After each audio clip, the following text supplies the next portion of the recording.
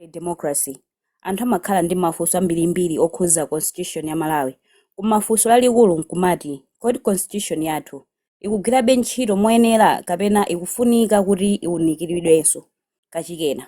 Lero mu conversation yathu tili ndi anthu angapo, tili ndi Council Alexius Kamangira, Mr. Dennis Tantwe Mahata, the Millennial Chaplain, osayiwalanso Mr. Phunziro Mvula komanso Mr. Camden Kanzunguza. By the grace of God, anthu ena so akhale akuti panga join the conversation, so we'll have anthu ena amene akuti panga join. Koma mwina tisanapitire ndi conversation yathu mu tsiku la lero, mangofuna ndineneko some ground rules. I always believe kuti when we are having my conversation like this, ulemu ndofunikira kuyambira kwa anthu amene mukuonera program yathu mu tsiku la lero in the comment section. I believe and I know kuti munthu wina aliyense samakusangalasani, but this is not a place for hate. This is a place pamene timagawana chikondi. Timakhulupirira kuti maganizo ndosiyana, but kusiyana kwa maganizo sikutanthauza kuti tisayankhwane mosakhala bwino. So you respect a person kuti nanunso mupasidwe ulemu. Kwa anthuso amene mukhale mukupanga share the conversation, the ways goes to you kuti so ulemu pamene mukupanga mwina exchange as you debate. I know kuti opinions might differ komano by the end of the day chofunikira nchonena kuti we would want kuti conversation yathu msiku la lero ikhale ndi a solution by the end of the day. So ndimangofuna ndipempheko kwa anthu athu amene we are holding the conversation kuti if you are pamalo eneleka kuti musegule your cameras kuti people should see you if that's possible. If it's also not possible then we can move on, but I think I would really love kuti you should open your cameras.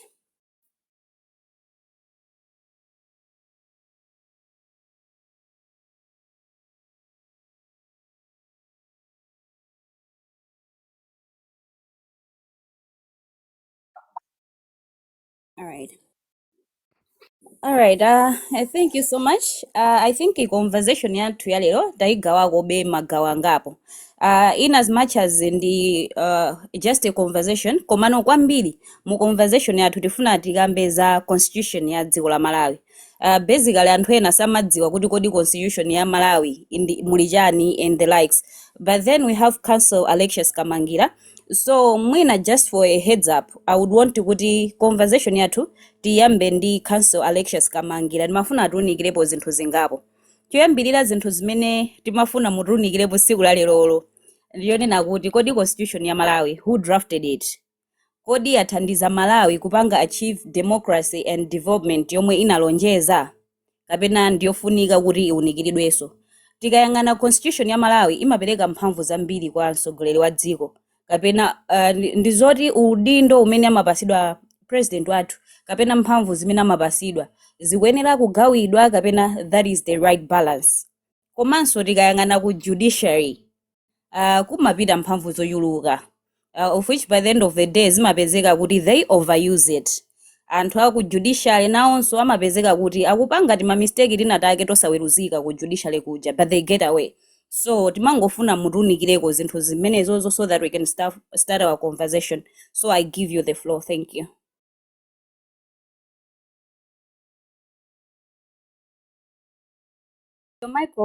Your microphone is off. Oh, thank you very much. I was just saying that I think I was misled. I was told that I'm joining a conversation and not discussing the constitution.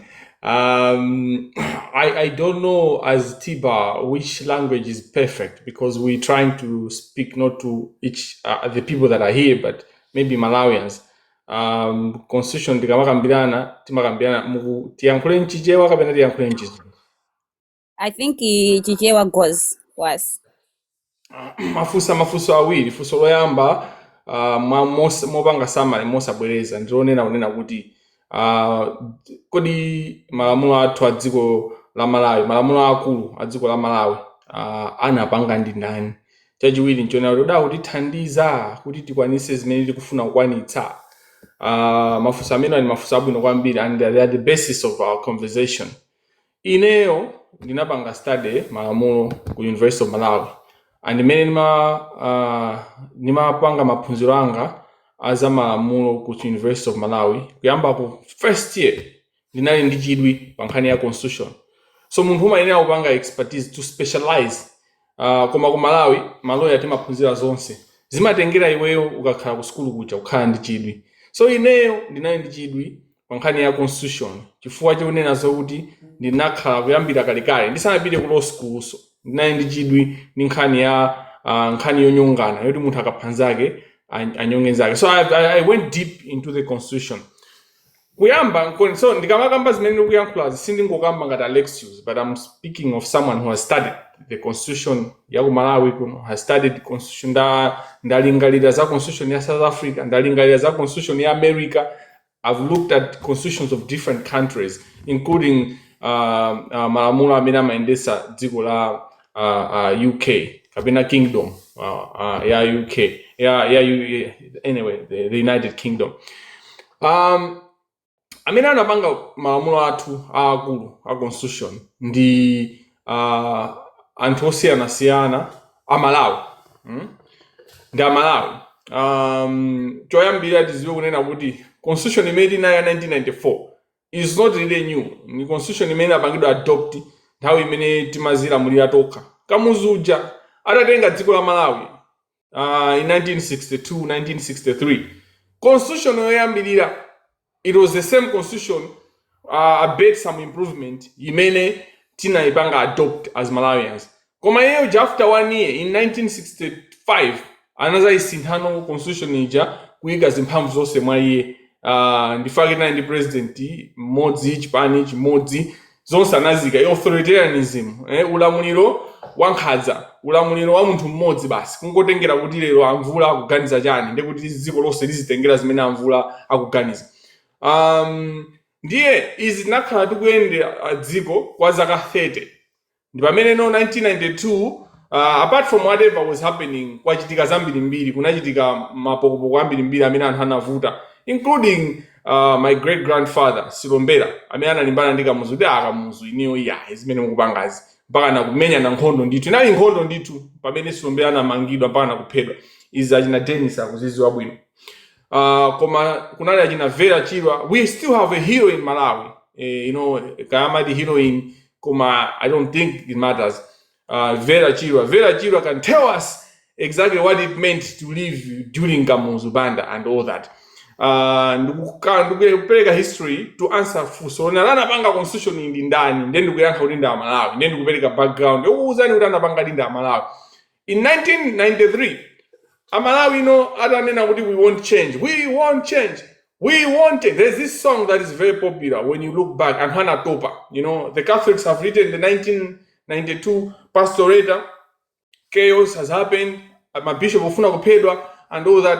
1993 kunachitikano constitutional committee imene achina senior counsel Mordekai Msisha, Eji Kanyongolo, achina a lot of people, including achina Chigawa, late Chigawa, Professor Chigawa. APM was also involved because these people were outside the country. There were other people that were diaspora, which the committee needed to use, which Malawians needed to use everyone that was available. Including Dr. Jane Ansah, the current vice president, and different individuals. Kunali mafumu kumeneko, kunali anthu osiyanasiyana, kunali anatenga members osiyanasiyana, ma civil society, they were included. So inali Amalawi ndi amene anapanga malamulo amene wawo. Koma kwina kuli konse timanena kunena you can't invent the wheel, so ija ndi adoption ya malamulo mene maiko ena amapangira, timatengera ndikungozipangano put into their context. When you listen, if you have a chance one of these days to listen to Mordekai Msisha, senior counsel, what he says about the constitution, he's one of the best people that describes what the constitution is. And the constitution yathu kuti muimve kuti anaipanga ndi Malawi, it's the preamble kapena kumayambiro imanena kunena we the people, ife anthu aku Malawi osogozedwa ndi common understanding and common vision and common conscience tikufuna chakuti kuti it's we the people. Constitution imene ndi ya ife tonse Malawi ndipo ndifa yake. Ndi constitution imene tinapanga ndifa Malawi kuzera ma representatives and chinthu chachikapangidwa ngati lamulo sikuti chimapita sokujani representative processes zosiyanasiyana including parliament. Who goes to parliament? anthu amene asankha ma constitution zosiyanasiyana. Constitution yathu tinapanga ndife. Chachiwiri, constitution yathu ikutithandiza, is it helping us? Funso ilili ndilovuta chifukwa chonena zokunena kuti kungoliyankha mwaphuma ndikhoza kupanga mislead anthu, nditha kunamiza anthu. Nkhani ndiyonena kuti constitution ija ndi yabwino, ili ndi malamulo olongosoka, ndipo ndiyothandiza anthu kuti tigwiritse ntchito tizipita chitsogolo. Chimene chimavuta ndiyonena kuti anthu constitution ija singazipange implement yokha, imafunika anthu ayipange yani implement. So the problem is with us majority of the times. Constitution is not perfect. Ili ndizo zosamwisa zina ndi zina zimene ndingazikambe, koma chimene iniyo amalawi nthawi zambiri timayiwala ndichonena kuti timathamangira kunena kuti tisinthe malamulo. Malamulo, how many times have you been doing constitution amendments or legislation amendments? Every year you have a high appetite for legal amendments, legal framework amendments, change of the law, but zero appetite for implementation. And as a citizenry, a dead citizenry. Anhu nzika zokufa kumalawi. We have a dead citizenry who don't demand accountability. The constitution has got its limitations, yes, but we have enough. So no matter how galimoto ija imata kukhala ndi vuto imene ja galimoto si kukoka bwino ma brakes mwina saa kutani koma imayenda abe ukafika kuchani ku Blantyre, imayenda abe ukafika ku Lilongwe, umata kuyendera galimoto ja ndi 40 koma umatha kumayendera. Ku Malawi galimoto kungokhala kunena kuti pakuoneka kuti mira si kusuntha bwino galimoto yoti basi tisinthe, we should buy a new car. Kaganizidwe kopanda kutenga responsibility pa zinthu. Ndiye pomaliza kuyankha funso lanu, nkhani yonena kuti kodi mphamvu zomwe zili kwa president nizotani. Ndingayankhe more conclusively in a summary, because this is a topic on its own, ndi issue yayikulu. Kopano nkhani ndiyonena kuti ndakuwuzani kunena kuti kapena ndakambapa kunena kuti constitution yomwe tili nayo 1994 sikuti ndi yachilendo kwenikweni chifukwa inayamba in 1960s. Koma kamuzu after a year or two anazayisintha kuwika mphamvu mwa iye. Mmene timapanga adopt in 1993 chomwe mungaziwe angati amalawi kapena chomwe tingaziwe ngati amalawi ndichonena kunena kuti there was still hangover. Ndikhulupirira kuti mawu hangover anthu ti aziwa, amvula awaziwa bwino mawu hangover. There's still a hangover of the authoritarianism ya president wamphamvu zonse zija. So hangover imene ja ndi one of the things zimene zimatipweteka kuti pali mphamvu be president anapasida mphamvu zambiri. Koma chimene ineyo ndimalira kwambiri ndichonena kuti anthu timakhala focus, and the cartel thrives in that kind of blindness. Yonena kunena kuti timangolimbana ndi kuti there's too much power in the president. The president is not absolute. The power of the president is not even this constitution yomwe ili ndi mavuto ena amene inapereka mphamvu zochulukirako than he should have done. But that happened because of the hangover of the 1965 constitution yomwe inali authoritarianist or kapena kuti inali ya mphamvu yoyika mphamvu mwa munthu mmodzi. So hangover imene jayo inabiza kuti yapitirira in 1994 constitution. Komano malamulo athu have a lot of limitations in the present, and the biggest provision is section 12. Kuti president uja amakhala ndi mphamvu pokapoka ngati tili ndi trust mwa iyeyo. You know, and that provision, we can remove the president tomorrow. APM tikhoza kumchosa mawa using section 12. Koma we don't pay attention, and the legal fraternity is in the system yomwe imalepheresa kuti interpretation ya lamulo itipange bwinobwino. Makambapo za majaji. So it goes to the interpretation of the laws ambiri zote. So zinazi mafunso enawo and they are broad kwambiri, they are heavy. I can address specific issues chifukwa chonena zoti tipezeka kuti talowano mklasi ya constitutional law kapena constitutionalism. Komano pomalizira ndinene kunena kuti constitution ili ngati galimoto kungoyika apa mulifiyo kale mulchani singayende, pamafunika driver alize magi ndipo sazirani asingakafike kumene kufuna kupita popanda driver azipanga drive, azipemelera poyenera kupanga brake amange brake, poyenera kukhota akhote. Constitution ija ndi galimoto yoti ndi fuel ndi matela chichonse chili seti, zina zovuta zina zosamwisa osalephera. Mwina ikutulusa usi, ma brakes akugwira bwinobwino, kupemerera sikupanga respond immediately, but it's a very good constitution. It's one of the best constitutions in Malawi, and it can get us where we want. Zama judges ndezimenezozo titha kuzikamba pa specific questions in terms of how the judges have betrayed Malawi and have betrayed the same constitution which they are supposed to have read. Majajiwa kapena maloya afe our legal profession, we are guilty. Takuna mizani kwambiri takubuitika na Malawi ndipo takupakani matope. Ndikafika hapo ndimene pamenepo pakadali pano. Ndithokoze kwambiri chifukwa chopanga open conversation yathu mwa molongoso kabwinobwino moti anthu amvesesa.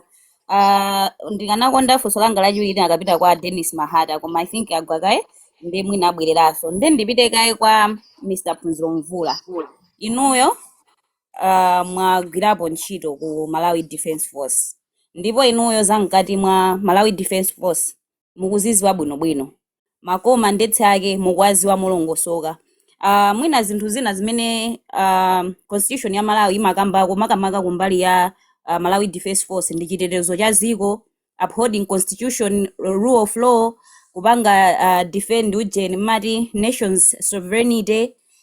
Mwina mongofusa experience yanu ku Malawi Defence Force mene mwagwirirako ntchito, mumaona kuti mphamvu zimene zizi zimapangidwa di exercise amanena kuti amapanga zinthu for the genuine good ya Malawi. Zimene zizi zikuchitikadi kapena pali ma areas amene mumaona kuti samakhutisidwabe kuti zinthu zimene zozo sizimachitikabe ku Malawi Defence Force, and zinthu zimene zozo sizimachitika chifukwa chani?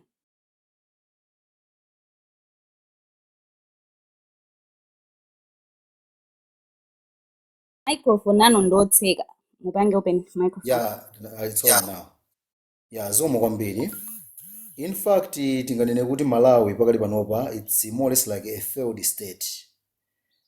Amene maparameters ambiri amene amayendesa state ali paralyzed sakutha kugwira ntchito yake. And mwina imene yangotsalako pakali panopa kuti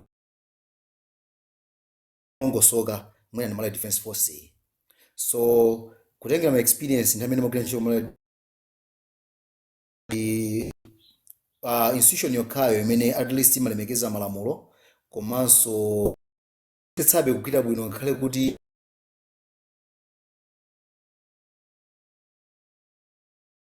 ili ndi zofowoka zina ndi zina metanena kuti there was a coming a call panali call ndenda ichotsa. Yeah, so timanena kuti Malawi is a failed state. So being a failed state, my institutions ambiri ali paralyzed sakutha kugwira ntchito yawo bwino. Koma MDF has remained an exception kuti ngakhale ili ma limitations, ngakhale ili ndi kulephera here and there, komabe ikumayesetsa. And nthawi zambiri kulephera kwa Malawi Defence Force imalephera chifukwa cha executive imene makanika kuti ipange support. Malawi Defence Force imatha ndithu kupanga request zinthu zofunikira kuti agwire ntchito yawo bwinobwino, koma amapezeka kuno kuti sakuwapatsa. Mwachitsanzo Malawi Defence Force mbuyo mu inali ndi ndege ndithu zoti zinali serviced bwinobwino. Pakati panopa ndege zija zinaonongeka zilibe ma equipment ndi ena sakufika kwagulira zina. Mutati muone nthawi ya Cyclone Freddy ndionena kuti MDF imatenga nawo ndithu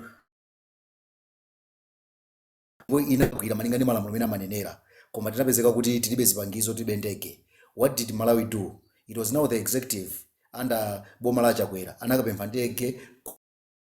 Yet Tanzania in actual sense it's more or less like our enemy for not makatu kangana naye like Malawi. So tukabwirika so ndege kwa munthu amene oti akhala ngati enemy wathu. So that problem cannot be problem of the Defence Force, koma it is the problem of the politicians or the executive. So awawa amene tikwanenga ngati adani athu a Tanzania awa abwera ndi ndege zawo akutithandiza pa Cyclone Freddy patch, komanso they can use the very same ndege zawo zija for reconnaissance kuti panga survey kuti unika kuti ife ndi fotani. So you can see kuti on that one it is not actually Malawi Defence Force which is failing, it is the executive. So all in all, as we stand today, MDF at least ndimene kuyeserako ndi institution mu failed state yathuyi. I think ndisireka ipompo unless ngati pali funso lina.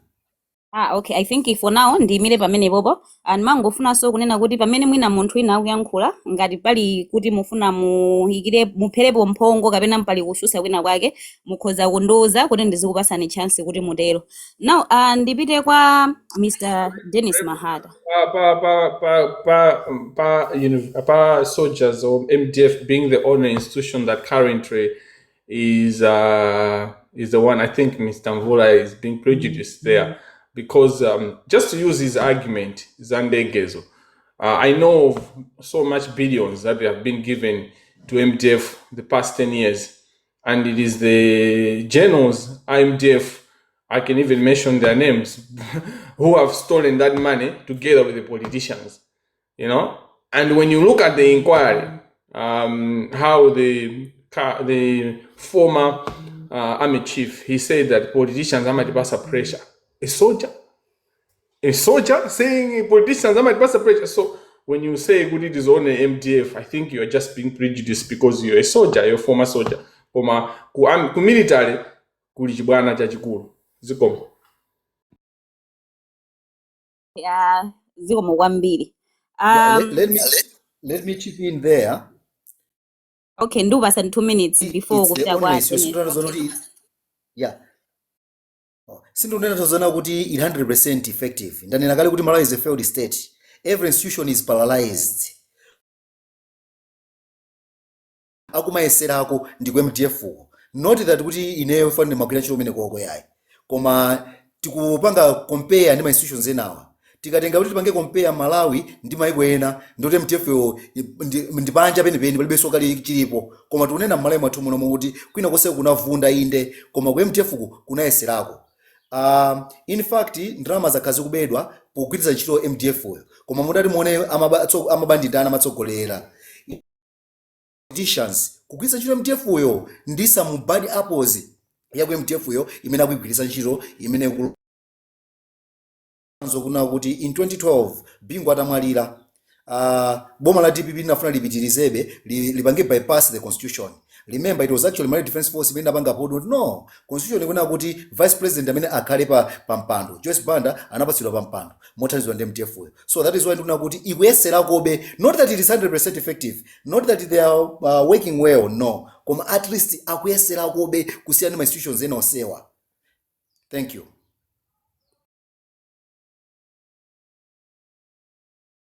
Okay, zikomo kwambiri. Kanso mumaoneka kuti muli ndi zoyankhula kapena basi for now muli mwagomera pomwepo. I was just trying to avoid making it a two-way kind of exchange because I agree with Soldier Mvula. Kunena kuti once a soldier, you're always a soldier. Kunena kuti nthawi ya Joyce Banda mphamvu zija anazipanga control bwino even nthawi Bingu 2019 ija 2020 the soldiers came up, you know, anapanga show and all that. Komano zimene zozo zimachitika even ku judiciary. There are many times where the judiciary imazapanga show up judiciary yedu imazaoneka chanchani, you know. The 2020 election ija judiciary showed there were panali zosamisa zosiyana pa case imene koma inaonesa and the whole Malawi judiciary majaji, everyone loved them. We can go back to a number of instances. So I didn't mean Guti. There's nothing good that comes from the military. That's a lie. But the issue is going out substantively. When you look at how the military is supposed to work, it also in this failed institution, as it were. But otherwise, your point is clear. Back to you, Rebo. All right, zikomo kwambiri. Then ndimafuna ndipite kwa Mr. Dennis Tante Mahata. I think inuyo mene za chaka chatha mene mapanga kampeni yanu ma interview osiyana munakambapo ndithu kunena kuti inuyo mutakhala kuti ndinu president, constitution ya Malawi muzayisintha.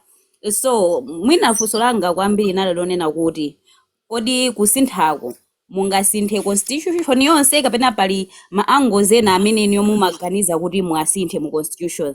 Ngati zili choncho kodi ndi zinthu ziti zimene mumaona kuti mungazisinthe ngati mukufuna musintheko zochepa, komanso kusintha kwanuko ndiko kufunikira kwa kusintha zinthu zimene mumafuna kusinthako nkotani?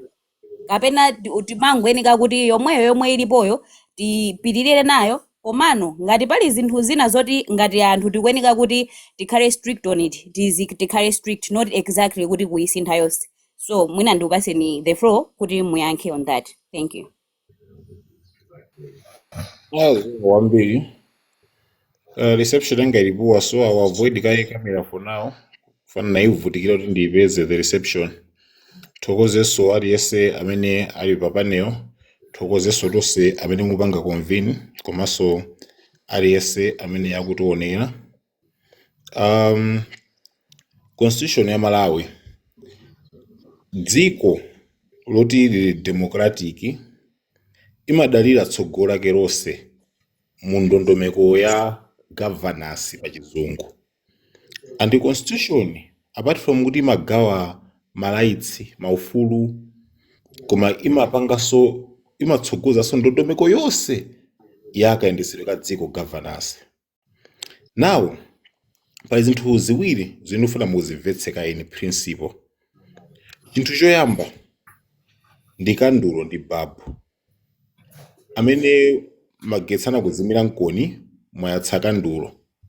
Mutha kukhulupirira kuti kanduloyo does the job, imatiunikira ndithu muchipinda muno bwino, koma muthaso kupanga agree kuti mutha kupanga prefer Eskom magetsa yake kuti muyatse babu. Now the problem ya constitution imene mabwerera ndiona kuti anthu akufuna tipange improve kandulo, musatitse kandulo ikhale efficient, chonsecho palikale babu.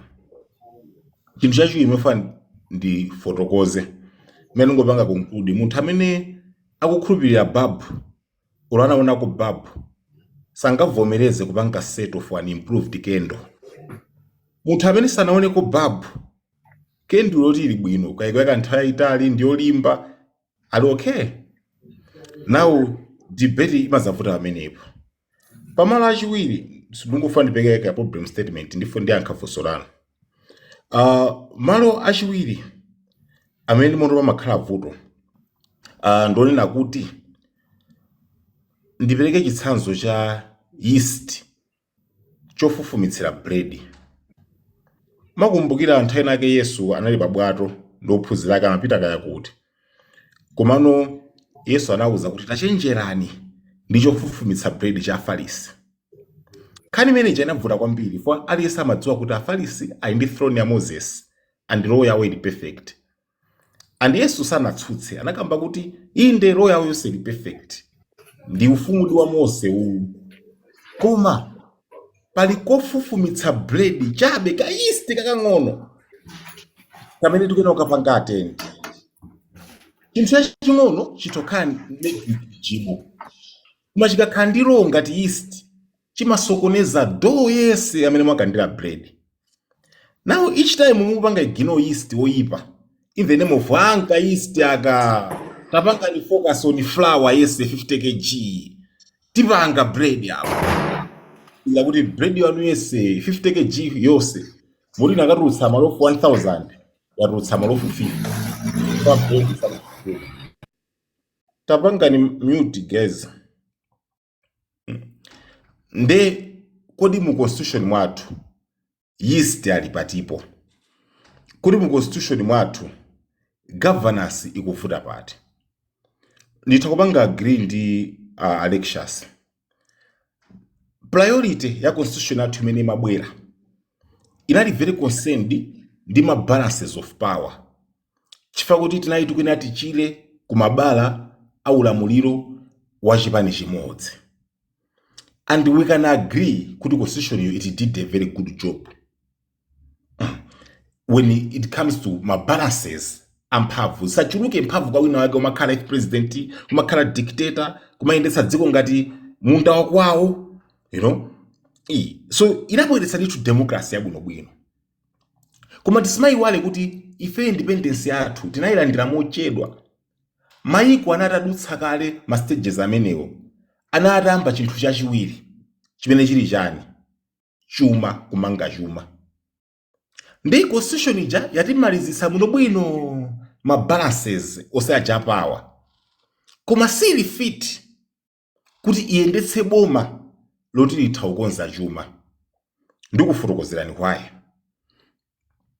Chinthu choyamba, dziko ngati Malawi mukamati mukupanga empower dziko, it means mukupanga empower chigulu cha anthu chimene chinyamule progress ya dzikolo. Chinyamula progress yo pa zinthu zitatu. Choyamba, mphamvu zimene zagawidwa. Chifukwa chani? Mukamagawa mphamvu magawa ndi ntchito zomwe. Mukazangomva ma president akuti zatsitsa mphamvu zanga zimamveka bwino mkamwa. Foti ni mabala omwe aja awanipate aja. Kuma president amene akufuna kutsitsa mphamvu zake sali serious. For the moment ukutsitsa mphamvu, ukutsitsa ability yako yogawira ntchito. Dziko loti likali behind ini zaka zambiri behind in progress. Muzikanaso mphamvu ndoto mukana kugawa ntchito. Tima East tichatimeneto chenjerani ndi East wa Falisi tituloneka ting'ono kuma topya kwambiri.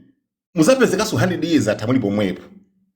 Ofisesa, chinthu chachiwiri, progress magawidwa ndi authority.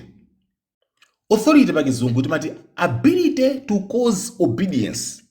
What traffic akuyimitsa umayima ayindi authority, ayindi ulamuliro pa iweyo. So authority ndi chinthu chofunika pamene ma system tikufuna khale effective. Ma system, ma institution aku Malawi ali blunt, ali ngati mpeno osathwa chifukwa authority sinagawidwe muno bwino. Ndikuonetsa ndipene matalakwika. Chinthu chachitatu ndi ma resources. Pa ma resources zipa ndi magawa pawiri. Ma resources oyamba ndi ma resources amene akupanga lani mu dziko, amene wande kuti ndi omwe amene ndalama ya physical kuchokera ku misonkho. Ndipo ali ma resources amene mwina ngati dziko koma ali ndi international tingatine kuti ali mwina pachichewa muno bwe chomveka. Diso lonse la dziko lapansi likuyang'ana pompo. Ndi mbali imeneyi mundilole ndikamayikamba pa fundo yachiwiri ya sovereignty. Koma ndiyambe kaye mbali yankati. Decentralization yonse imene yayenda ku local government inali focused kugawa mphamvu ku anthu. Inali duplication ya mphamvu, kuli kale mafumu, kuli kale MP, kuli kale makhansala, kuli ma village development committee. Chimaperewera si mphamvu, amaperewera ma resources. Antifoti vuto loti ma resources sangakwanire kutukula midzi. Titayiopa tinangopereka responsibility yotukula kuma MP. Why? MP uja chinthu chakanena kuyenda mu constituency tizingoblema MP. Sitiganiza kuti MP anali 200 million. Corruption isene kayapo. 200 million ku 43 imangogula nyumba ya munthu mmodzi. Koma 200 million mukufuna itukule constituency ya anthu 50,000. Ndi makaipa amenepo kuti sapite kutali. Anapo zinavuta pati. Local government, mukuita kumva local government ndi ministry. Koma mukaone chinthu ngati judiciary ndi arm ya government. Chimene chisali government icho ndi arm ya government. Koma chimene chili government icho ndi ministry chabe. Now local government ndi chani akuluakulu? Local government ndiye boma. Chifukwa ina kuti tikanena kuti local tutanthauza kuti kwathu kuno. Ambiri kati local timona ngati chachimidzi na sinkhuku ya lokolo, chanja lokolo. No, local simply means kwathu. So tikati local government tukamba boma ya kwathu. Boma la kwathu likhala bwanji ministry. Nkukhala ma arms of government akuiposa. Tikanena kuti ma arms of government ndikudziwa constitutional atiphwitsa bwino bwino ndakina lectures ngakhala kana kuti alowa dipi kwambiri kopa academic. Koma tikanena kuti zinthuzi separation of powers tikukamba kuti nthambi zonse zabomazi zayamwa zinthu zitatu kwa head of state. Zayamwa authority, zayamwa power, zayamwa ma resources. Judiciary ndikufunsani ikufunika authority. Ndungopeka chitsanzo. Ikalamula chinthu muyimvere. Inu kakhaeni zakateni ku prison mupite. Awa kubwezereni malo abweze. It should have the ability to cause obedience. Authority. ikutani nayo power judiciary. Now mukampatsa chinthu munthu kuti is not responsible for it amachipanga abuse. Are you surprised ku judiciary kuli the most corruption panopo? Akugulitsa power for power alibe nayo ntchito koma munapatsa power kuti ziveke bwino. Judiciary is just a service zingatopita kuchipatala. Why is it having a branch? Why is it an arm of government? These things ndizovuta kukambira ndi ma intellectual. Fakira kuti reactiveness ndi impasse imafuna ti defend ke tuchoneka functional. Even chitisa kutipindulira. East wa falisa mene. Sakufufumitsa bread. Koma kodzi ndafalisi mpando wa Moses. Nditu winati kuta tulemekeze. Ndakamba kaye ndongofana kukupasani zitsanzo chabe how mphamvu zikupangidwa mispress. Mukapanga mispress mphamvu, mwapanga mispress ntchito. Mukapanga mispress ntchito, mwapanga mispress progress. Mukapanga mispress progress, mukhala zaka zambiri muli pompo. Ndilowe chinthu chachiwiri. Dziko silimakhala mu mpweyayi. It doesn't hang in thin air. Dziko limakhala pa mayiko anzake. Mufune musafune. Environment yankati mutayikonza chotani. Dziko limapangidwa affect ni ma shockwave amene ali kunja kwa dzikolo. Chizungu cha sovereignty ukulu wathu ngati dziko ndi maongo kuluwika on how tikakhala pakati pa mayiko tipangire influence. Mene tipangire influence misika. Mene tipangire influence mphamvu ya ndrama. Mene tipangire influence cross border trade. Mene tipangire influence geopolitics. Ndi sovereignty ukulu ngati dziko. Mr. Mahata ndikupemphani kuti mupange wind up komanso anthu ngati muli ndi mafunso opita kwa Mahata on the box ndiye kuti you let us know. Mupanga wind up kuti sotapase mpata anthu enanso kuti ayankhule. Okay, umuntu uyankha mafunso anonse ajatu ndikayankha ma half baked then there's no work done. Ngati manifunsa mafunso ndikuyankheni because muna simufunsa so kutsogolo. Amayankhula ndi Mr. Mahata. Okay. So sovereignty ukulu ngati dziko umapanga affect kwambiri mene dziko limayendera. Mawisho sa forex ndi ukulu wathu ngati dziko. Inu simunadabwe kuti dollar ndi universal currency. Tosefe ndalama zathu ndi local currency. Koma munthu sangalandire makwacha koma athakulandira ma pounds. Athakulandira ma euro. Ma euro ndi ma pounds ndi universal currency. Why? Maiko ndi sovereignty. Now if it not sovereignty, how? Munthawi zonse beti mapanga handle constitution athu ma amendment abwera ambirimbiri. Pali sentence number 1 imene palibe amafuna kuigunda. Ndipo munthu agunda sentence imene yoyo muona amene ma embassy ambe kumpanikizira president wanu. Tikamati parliament zikhala nchizungu anthu akufuna amve kuti malamulo amene sembe musintha simukuwononga that first line. What line? All your rights and obligations to be a sovereign state, they are under the law of nations. Ndimalizira pene popo. Pamene popo chilichonse chanu mwachipereka. Kandi miyala, kandi misika. Ukuona ngati dziko se maupereka and kwa inuyo is something small because mungopanga focus on internal environment.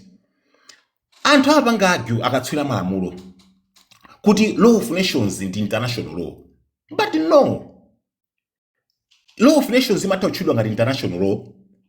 Koma the one that is citation pa law, kati citation. Chili chimapangidwa cite kuti law of nations is international law. International law inabwera pompano nthawi ina anthu mapanga ma UN charter. What is cited as law of nations? It's in French, ndile DG chanchani muigugule ya 1758. That one ndimene imapanga create ma superpower ndi ma countries ang'ono. And it has one goal. Kulina kuti ma countries ang'ono regardless of how strategic akhale pa chuma chawo asaza dutse baina yake. Anthu amande pangati ake ndakukha zimenezi so naigawa document ija it's 500 pages anthu amba so gole sikuwerenga. This document has been a secret. Ma president amasinthana, you know, until president una anafaidi manja pene nagwidwa. Now alesama idziwa. You see, So why are you getting power to be a country while surrendering yourself under the law of nations? Nation yoti inanena kale document inanena kale kuti small countries should remain small. Nde muzidabwa kuti mudakali pompo. Ndilekezere pompo zikomo. zikomo kwambiri. I think Mr. Kamdi mukuoneka kuti muli ndi mafunso, Mr. Khadi muli ndi mafunso. I think ngati pali mafunso opita kwa Mahata ndikuwasani flow kuti mafunso nde mufunsani bwinobwino. Zikomo. I don't know kuti ndiyambe ndi ndani. Akhadi akhona Mr. kuyamba. Mahata, Okay. Okay. can I ask? Yes. Ndamukhoza kufunsa. Can I ask a question? Go ahead, Khadi. Mahata Mukumbuka. apanga raise my points ambiri on local government. But pamene ndimadikirira eneyo ndipakuti the major reason why Malawi inapanga, because if you really look back on the political structure of Malawi, Kamuzu Banda created a very powerful local government system, and inapangidwa weekend after Bagili Muluzi took over. It was that constitutional review that came that time, which if Malawi Sid Mapanga, we don't even talk much about it. It was buried. Makumbugira Alege Banda, the Gurulao, they shot down the idea of a Senate. I think Mr. Mahata could have touched on that, because the idea of having a Senate would have impacted heavily on the creation of a strong local government system. Now, when you have a strong local government system, you are guaranteed better public service delivery. Ndefe ya Malawi, tikamayang'ana za constitution yathu, tiziyang'ana kuti kodi how do we manage to have a constitution under a strict presidential system? Limene mapanga, it just put the power over to the president, because muzaone decision making in Malawi, it's not provincial, it's not regional, it's Capitol Hill. When we had raised the issue Senate, UDF government at that time shut it down. That means we are giving away power. And now, Mr. Mahata, munalapanga touch on that issue. Could I as we understand why we just say local government? Do you know what local government foundation? That is what gets the country moving, is the local government. Did you fire Ben Piru Jana Tamangira Umenuch? Because one, you get closer to the people. Two, the functional system, because we haven't put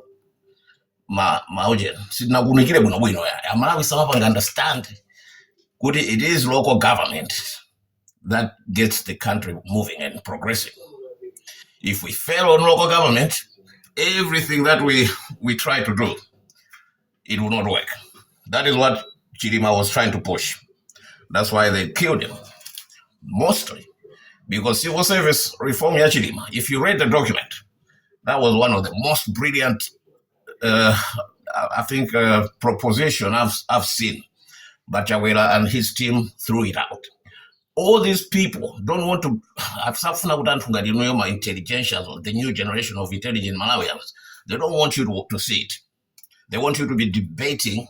They don't want you to go deeper underground. Understand why our systems fail. Because local government in Malawi, suppress. You suppress local government, you have poor public service delivery. Then governance is only focus on the president. That is why Antungada ina simbi amata kubwera kuzapanga bribe ma parliamentarians atwaja. Ife ndurenga drama nduwapatsa ina simbi aja nkumanena kuti ndakubweretserani project amani invest project yalilonge Salima Waterways. You look at those things, it's all a governance issue. Then when you are tackling the issue of local government, first of all, understand is our constitution functioning in a system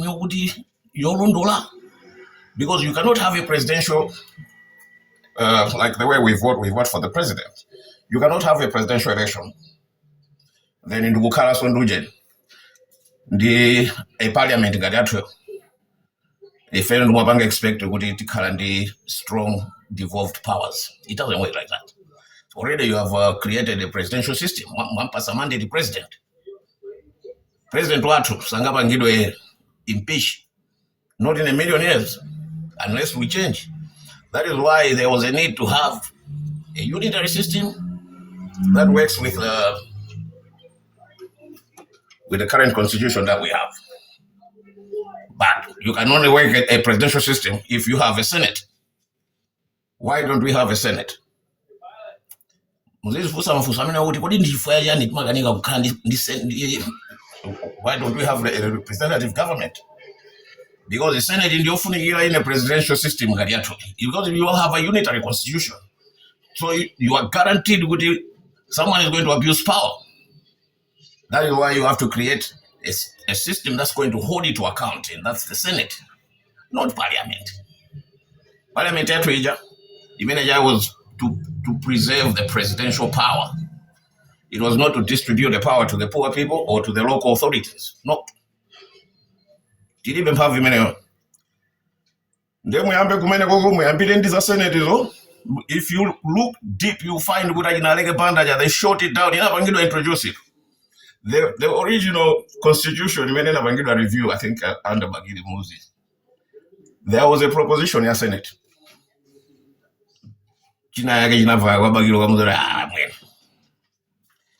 We are going to lose power. We are not going to have power. Because the time manager and we lost our country under the first term of Bagidi Moses. That's when we lost Malawi. But we had a brilliant constitution.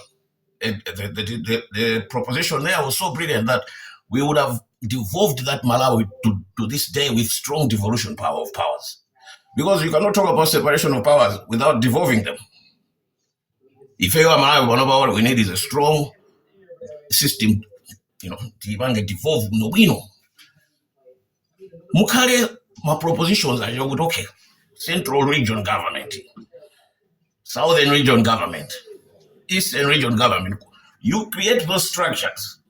Mkalinma governors, Mkalinma senators, those representatives have taken the power away from the president. That is how you create a system that's progressive. President, the parliament. That is why Alexis Kamangira is touching on this every time. So what happens with people like Alexis Kamangira? They will talk, and what they're saying is the very same thing that is written about our country. They are reminding us. What do they say? That's when you know they don't want people to listen. I'm not a Usega. So, Mr. Mahata, let us talk about constitutional review. But why don't we have the Senate? Let's have that.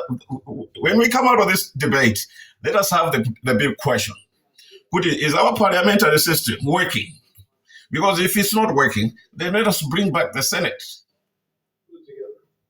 That's when we devolve the power. That's the constitution we see is to change the governing structure. How are we going? Because, we don't even need Kumakandi Inspector General of Police. In a fully devolved country, you don't even need an Inspector General of Police. That position should be removed because police chief, I'm a color under an executive, okay? Not presidential. Now, if you have a Senate, representatives, that means my mayor also is vote. We know what's elected in the assemblyman.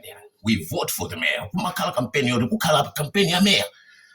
That mayor becomes the head of the city, the town municipal, and then he employs the chief of police. That is how you build accountability. Koma pakali panopa Inspector General Police akutenga mphamvu zake from the president. The president akaikapo azinzake pamenepo. How are you going to hold him to account? Review the structure ya Malawi governance muona kuti china chake is missing, but it was done deliberately. Inaona manena kuti it's the missing Senate. If we want to change the constitution, let's introduce the Senate. Muzaona kuti Malawi azasinda. I yield. Okay, I think if I let me just add something to what Ben is saying. Personally, I'm going to contradict a bit what Alexius and Anena Gudenagudi. We have got one of the best constitutions, probably in the world of Africa. Ndimona ngati bwina the intentions were there. Kunena kuti tenti konze dziko li after 1994 kamuzu wacho katenti konze. And rightfully so, tichotse mphamvu pang'ono kwa president, tichotse apa ndi apa, but we still kept the power. Koma, if we have got one of the best constitutions written, why do we have these constant amendments? These constant amendments, and we seem not to be getting anywhere even after we make the amendment. So, maamulo kuma asintha kuti apapa think sipali bwino tikonze. Apa sipali bwino tikonze. Koma kupezeka kuti at the end of the day, we are still back to square. Actually, we are worse off than we were in 1994. If you think about it. So, personally, I believe kuti the people who were putting in provisions within the constitution in 1994, they were not dumb. Sana is a sin. They knew what they were doing. They knew kuti tingaje tijabwanji kutsogoloko. Because when you look at, for example, different example, imenama kondo peleka Alexius yakatangale waku judiciary. You find kuti parliament, before it starts deliberating kuti judge yuyu akupanga alima misconduct, whatever, it has to come as a recommendation from the Judicial Service Committee. Who and amena makhala mu Judicial Service Committee oni ndani. Mr. Nanzaka a judge women. Nanzaka a judge yoga. The Chief Justice, a couple of judges from the High Court. Why do you send a friend to catch a friend? It doesn't work like that. The Judicial Service Committee should be removed. It's one of the most useless organs of judiciary. Or if it is there, it should be mantled by people in Agotisari, part of the same judiciary. Because our judiciary, lawyer,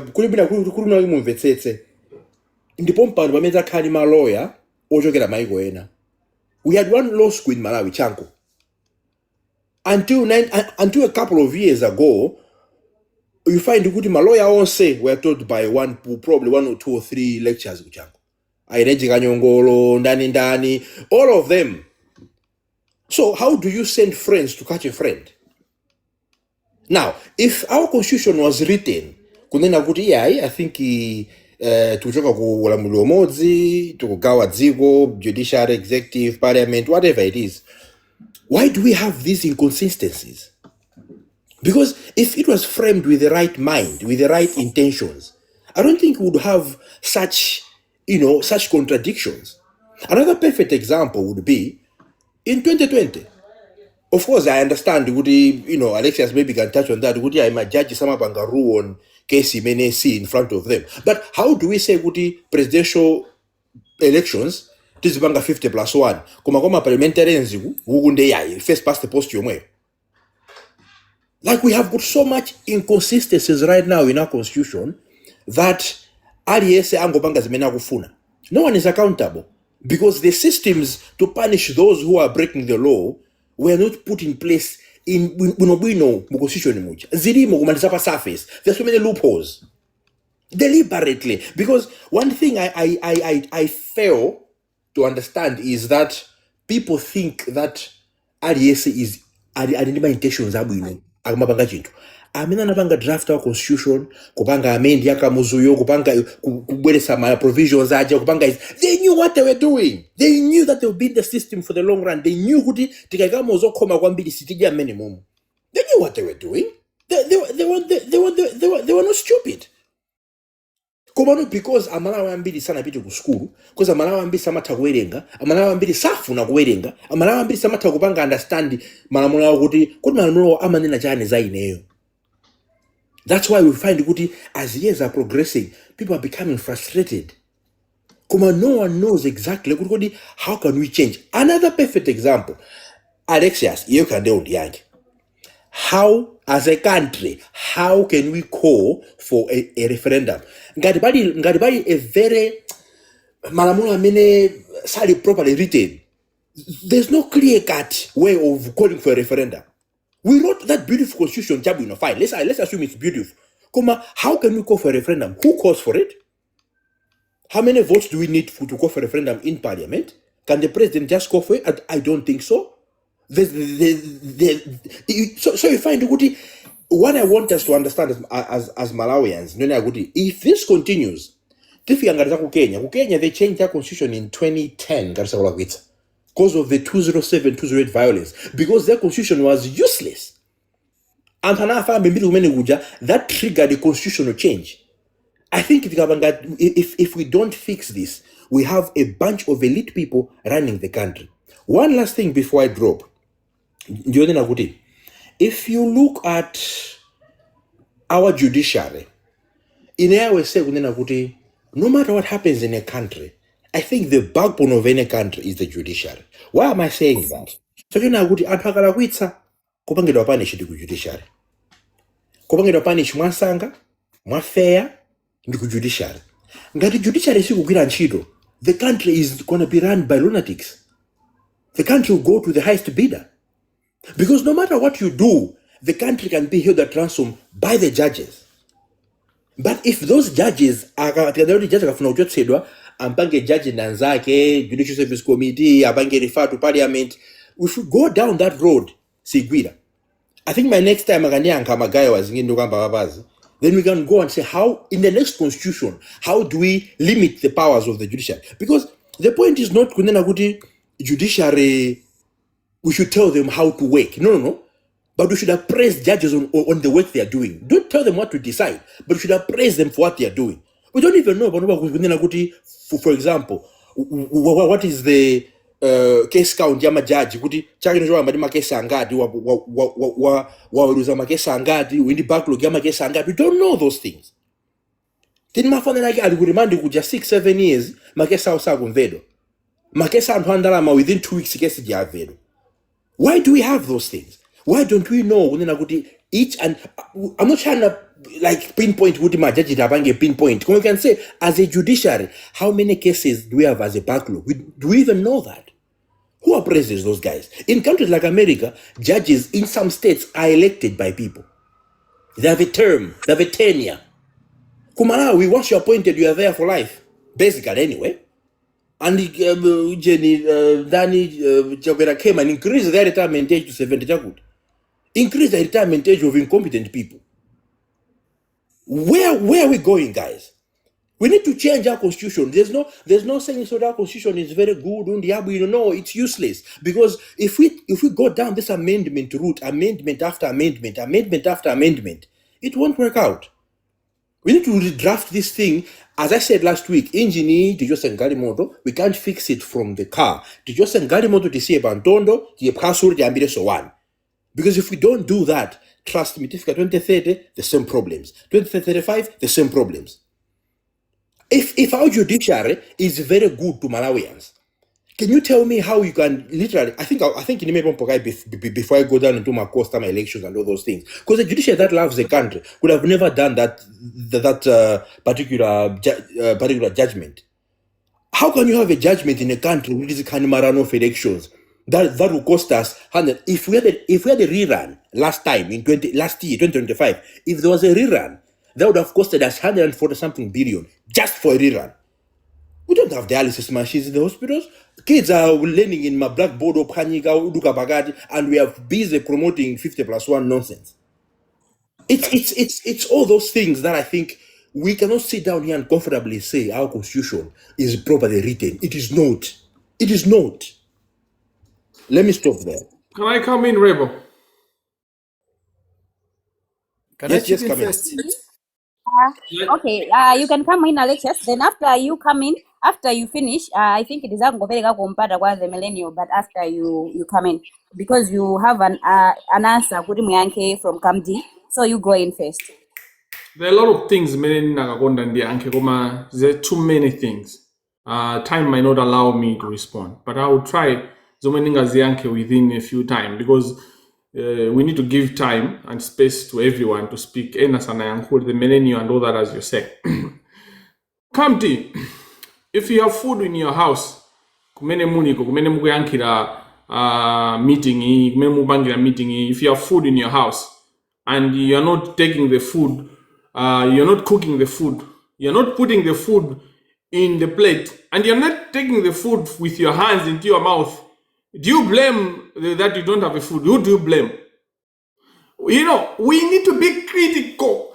The cartel throws these bones. Kuti muziona kuti constitution city bwino wake up. Aina Kamdi, aina Ndana, aina Dennis Mahata, because Dennis Mahata is very good at doing exactly what he was saying. Chenjerani ndi afalisi. Chenjerani ndi east wacho tubisa wa afalisi. He says beautiful things, but then when you analyze at the end of the day, you're like, kuda matijani Mahata. Ama yankula zinu zooni kazanzeru. Kumano, when you analyze, be critical. Somebody is ama ngozika zinu jainthine Dennis Mahata. So, I'm very fed up with the cosmetic conversations. You, rebel, you need to follow when you ask us a question. Kuti muntu uyu wayankha fusolo kapena sana yankha. Unamufusa Dennis Mahata kuti umayenera umakamba zochosa constitution njani. How are you going to replace the constitution? Do you know what Dennis Mahata has done? Wakamba mavuto medina. He hasn't said what he's going to do with the constitution, and we want to proceed with the conversation. We are going to leave this conversation and more ignorant than we came. You know, kuma semantics kungo yankula zapa surface. You know, my engine is hot. I'm not angry. When I'm hot,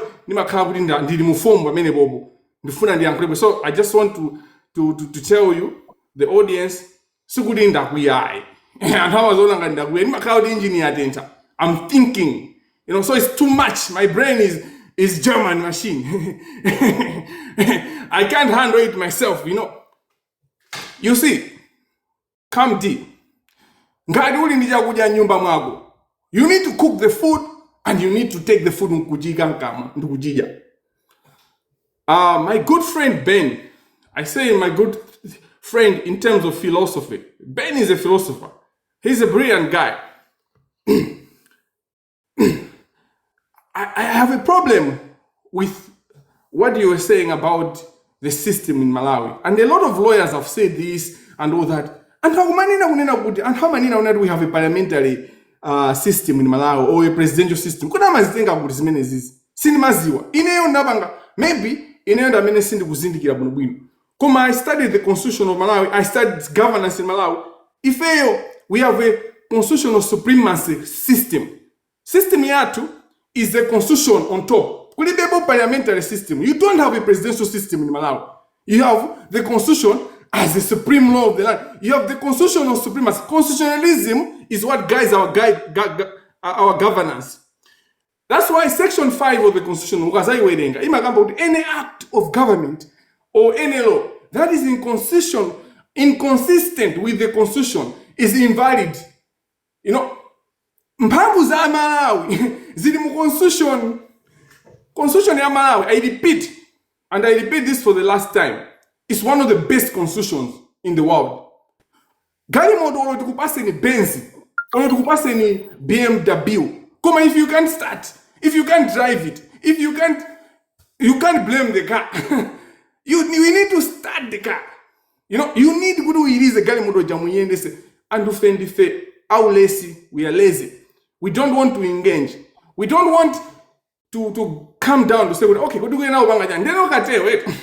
It takes advantage of that. Ima kubanga and throw the bones. Constitution malamulo. Sinta malamulo aja. Chifua jonina zone na kunena kuti.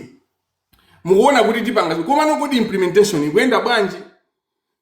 when you look at ine mwina tizingopanga siku tizakambirani za malamulo TD bar ndikupe mphani kuti mupange tsiku tisangokambirana za malamulo tikukamba za constitution kuti what are the powers kamangira kunena kuti constitution ya Malawi is one of the best ndi chani chimene kunena. Dennis Mahata makamba za the laws of the Chanchani whatever if the philosophy that is it. One thing that I like Dennis Mahata is he has a philosophy. At least I can engage with his philosophy. He has his own normal thing. I'm a Ganiza Baeka. I like that about him. Komano, Dennis Mahata, his philosophy is more theoretical than practical. You cannot in 2026 discuss changing the government, changing systems, independent or without talking about the international community. Kulibego global village, whether it was done to favor whoever and all that, but you can't learn from that reality. For years, Tukumakambaza Africa United, the United States of Africa. Togetherness, yes, Dennis will agree with this because he knows the importance of united Africa, which of course the Americans, the British, or Sabisa, they don't like that and they will try to destroy it. Imeo, Dennis Mahata, Akam D, Mr. Kadi, my friend Ben, Ajinamvula, and my guys at the Diba. 2 weeks ago, or thereabouts, Mwenye, what paid of Malawi? Over 5 kgs of gold. How much is 5 kgs of gold? How many billions are 5 kgs? Those are billions. That's 4 billion. 5 billion thereabouts. 5 kgs of gold. These 5 kgs, and how many are up another 5 kgs? Do you know how much gold they have? And these are small players. They are bigger players. That's food for thought. Mukamagamba za resources. My resources. Ineo podzuka kwatu ndikumanena unadakula kulu Malawi. Let's stop GGOC. Let's fight corruption. And ikamamba corruption tiyambe kuthana ndi judiciary. So kuti rule nango lota zimene zijazo. Ine si mwana wakanda. I have a vision. I have a vision for Malawi. I have a vision for mankind. I know what is supposed to be done in Malawi. But you're not listening.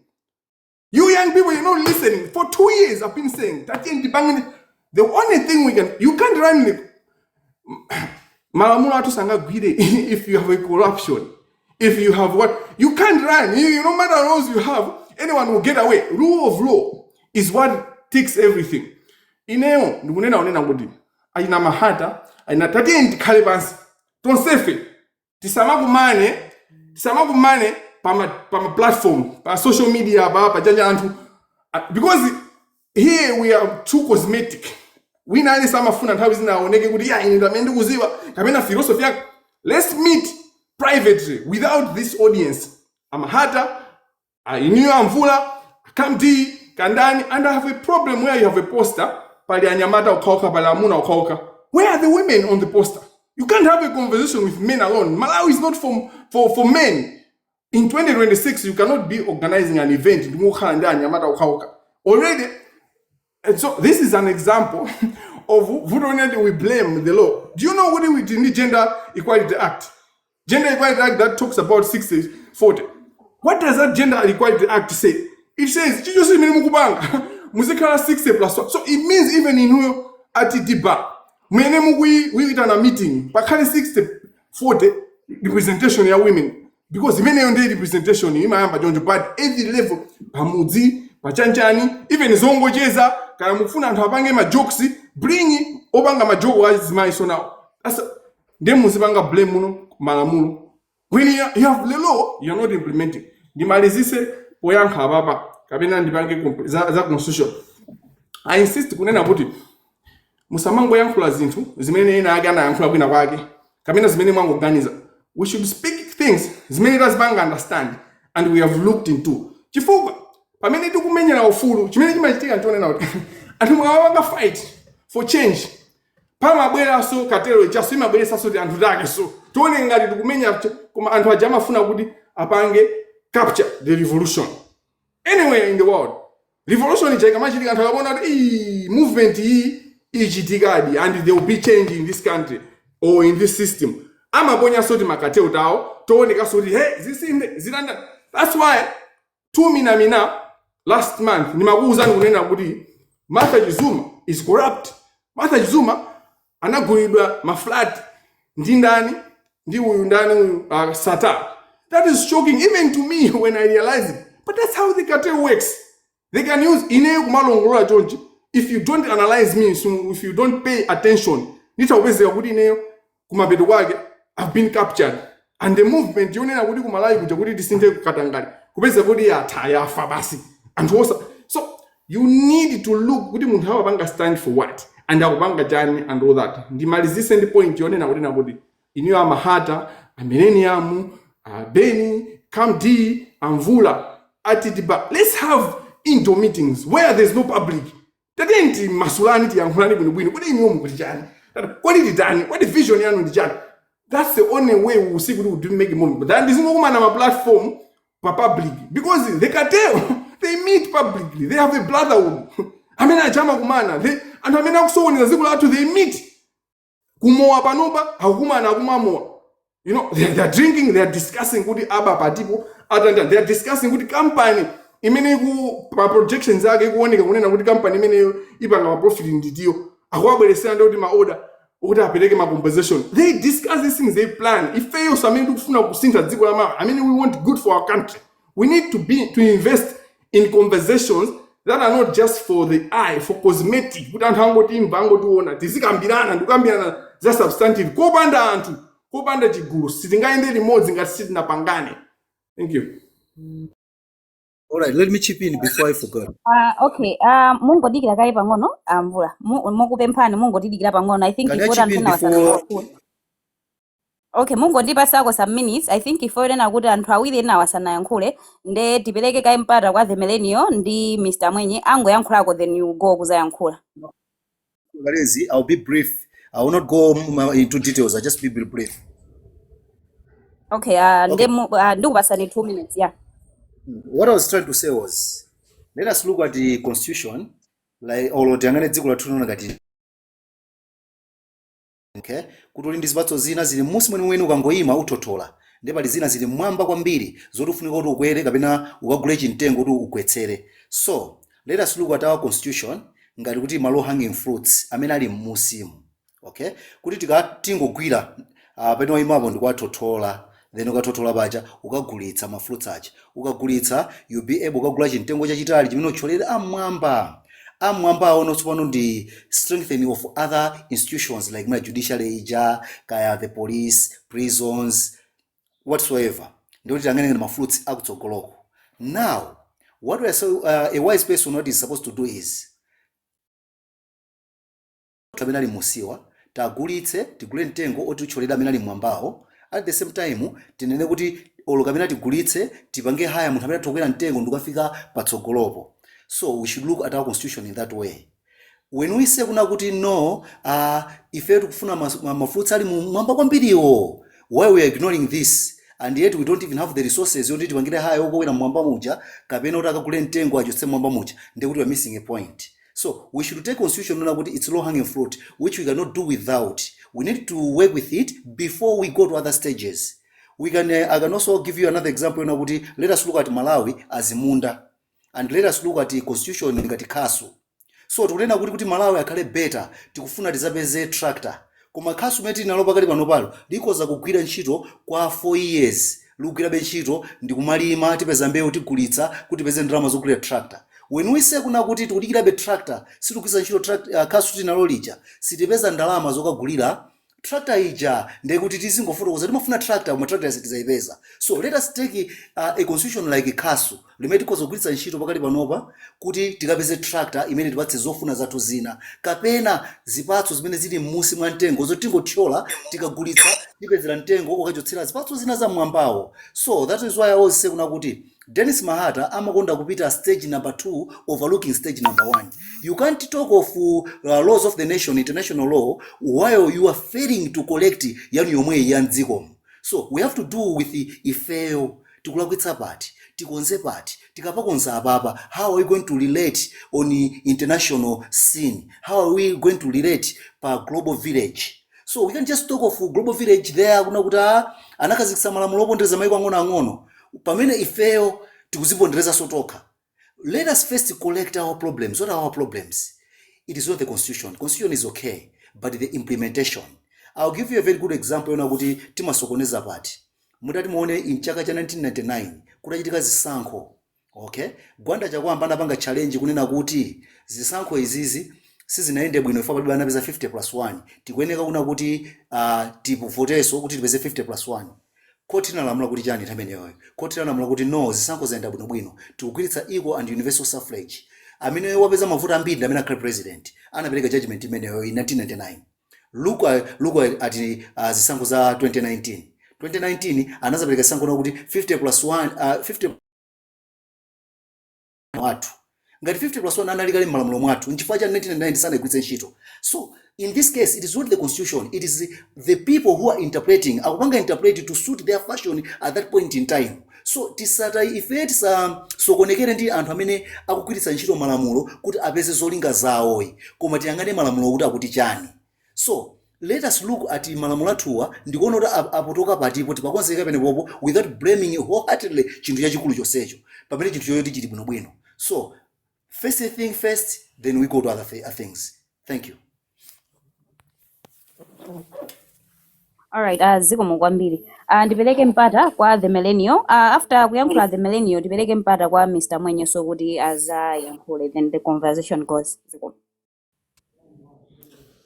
Zikomo kwambiri. I should take this opportunity to pass my regards to Phunziro Mvula, Dennis Mahata, and I think Alexius Kamangira. This is the first time Imene Tikupanga interact on this platform. And this is Peter Batsokolo. We are up against a certain force. A force that is bigger than Mwina Zimene and Fetukanism.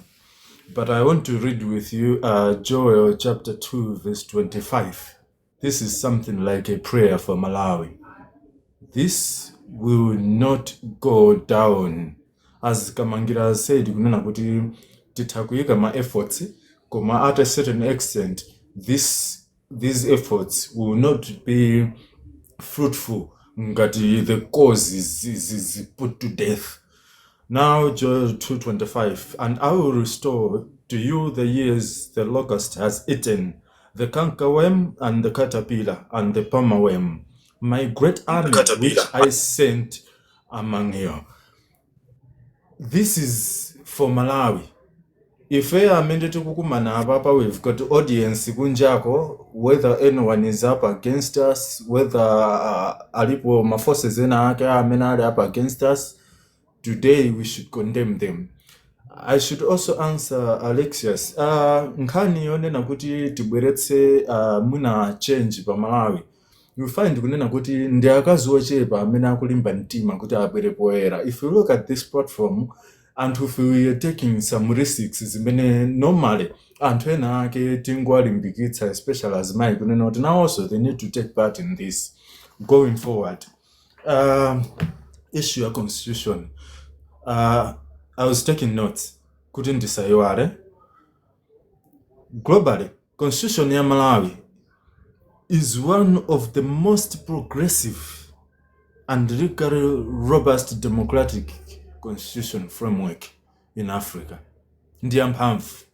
Zimene ananena Kamangira kunena kuti nyumba mwanu muli ndi chakudya, inuyo chakudyacho ufa uja sunapite ukasakanikirana ndi madzi, moto sunayatsidwe, ndiwo sizinaphikidwe.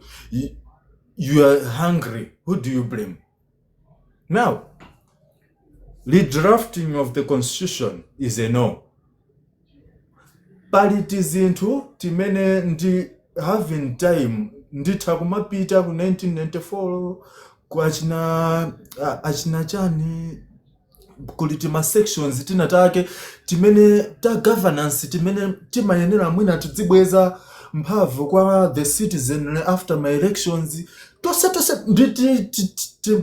tizinthu timene tikuyenera kupangidwa tako fiercely. I should say fiercely. Mopanda mantha chifukwa chonena kuti tizinthu ngati timene tikupangitsa kunena kuti even you go to local government kulibe ma audit mechanism amene amaloledwa kumene kujako kuti tipange tiyendetse ndalama bwinobwino kuyambira ku CDF kufika mpaka kwa mafumu. You find kunena kuti kumene kumachotsedwa ndalama zambiri. That's the highest corruption in Malawi. Ikudutsira kutiko kumene kujako. Each and every political party in Malawi mudzaone munthu amene amakamuyika kumene kujako, amene uja amathandizira kudutsitsa chani kodi, kudutsitsa chuma. Now, critically, coming to this platform, mwina tisanaunikire ngodya zonse bwinobwino, I think it will do the citizen and the audience an injustice. Ma reforms akuyenera achitike kunena kuti constitution yathu igwire bwino ntchito. Chimene ndimanenera kuti constitution yathu ndi yamphamvu kwambiri ndi chani? This constitution, imapanga possess a certain global governance and democratic integrity. Koma, the problem has been the text. Mene mukunena molondola, za theory, practical background, it's not much. It's not much. We are bankrupt of knowledge. This is not about school. This is not about kandani. Koma anthu amene akupanga manipulate these things. Ndi anthu amene ali ndi knowledge akudziwa ma loopholes. Now, the bigger chunk of the Malawian population is bankrupt of that knowledge. We cannot talk of wisdom without having that knowledge. How many people ndimakhala ndikulankhula times and times again? Do we read our constitution? Do we even have a constitution in the houses like we do in my Bibles? Do we? We don't. Now, tikufuna tipite tikalimbane ndi enemy watu, enemy amene ali ndi information yose, the system of governance yose akuidziwa, ifeyo tangodziwa 2 out of 10, then we want to go back to a battlefield to say we want to contend. No. We will die down before we even begin to rise. There I should echo the sentiments, the ideas, we need to go down on the ground. Ababa tidzikambirana, yes, because tukufuna tupange, it's more like a market research yet. We need to research kunena kuti ndifangata amene tikuganiza mogomera dziko la Malawi kunena kuti tikhoza kulithandiza. Whether we die fighting, but here we are. We have started the journey and we're not going back. These discrepancies, these irregularities, these malpractices, this rampant corruption, these syndicates amene agwira dziko la Malawi kulipanga sorry, mene ndimamvetsera, instead of me coming up with the being strategic in my thinking and approach kuti ndiyankhe bwanji, I was getting emotional. I was getting mad, bitter actually. So mundikhululukire kuti mwina ndayambira pamwamba, koma to talk of constitution, let's not redraft it. We need to look into loopholes amene alipo ngati you talk of mphamvu zambiri za president. Ananena Mahata, koma at a certain point, president uja, pamene wina anabweretsera maganizo a Senate, pali china chake chimene kwa president chikuyenera chichoke. Appointing powers. President akasankhidwa, wasankhidwa walembedwa ntchito ndi Amalawi eni yake mavoti. Tiyankhule pano, mosawerenga kandi ma section whatsoever, this is in your constitution. President akasankhidwa, ku Malawi the moment president wasankhidwa, the citizenry lose mphamvu zawo, not by virtue of the constitution, koma by virtue of the implementation part. Imene akunena kamangira kunena kuti tili ndi sima, tili ndi madzi koma tikukanika kuphika toka kuti tidye.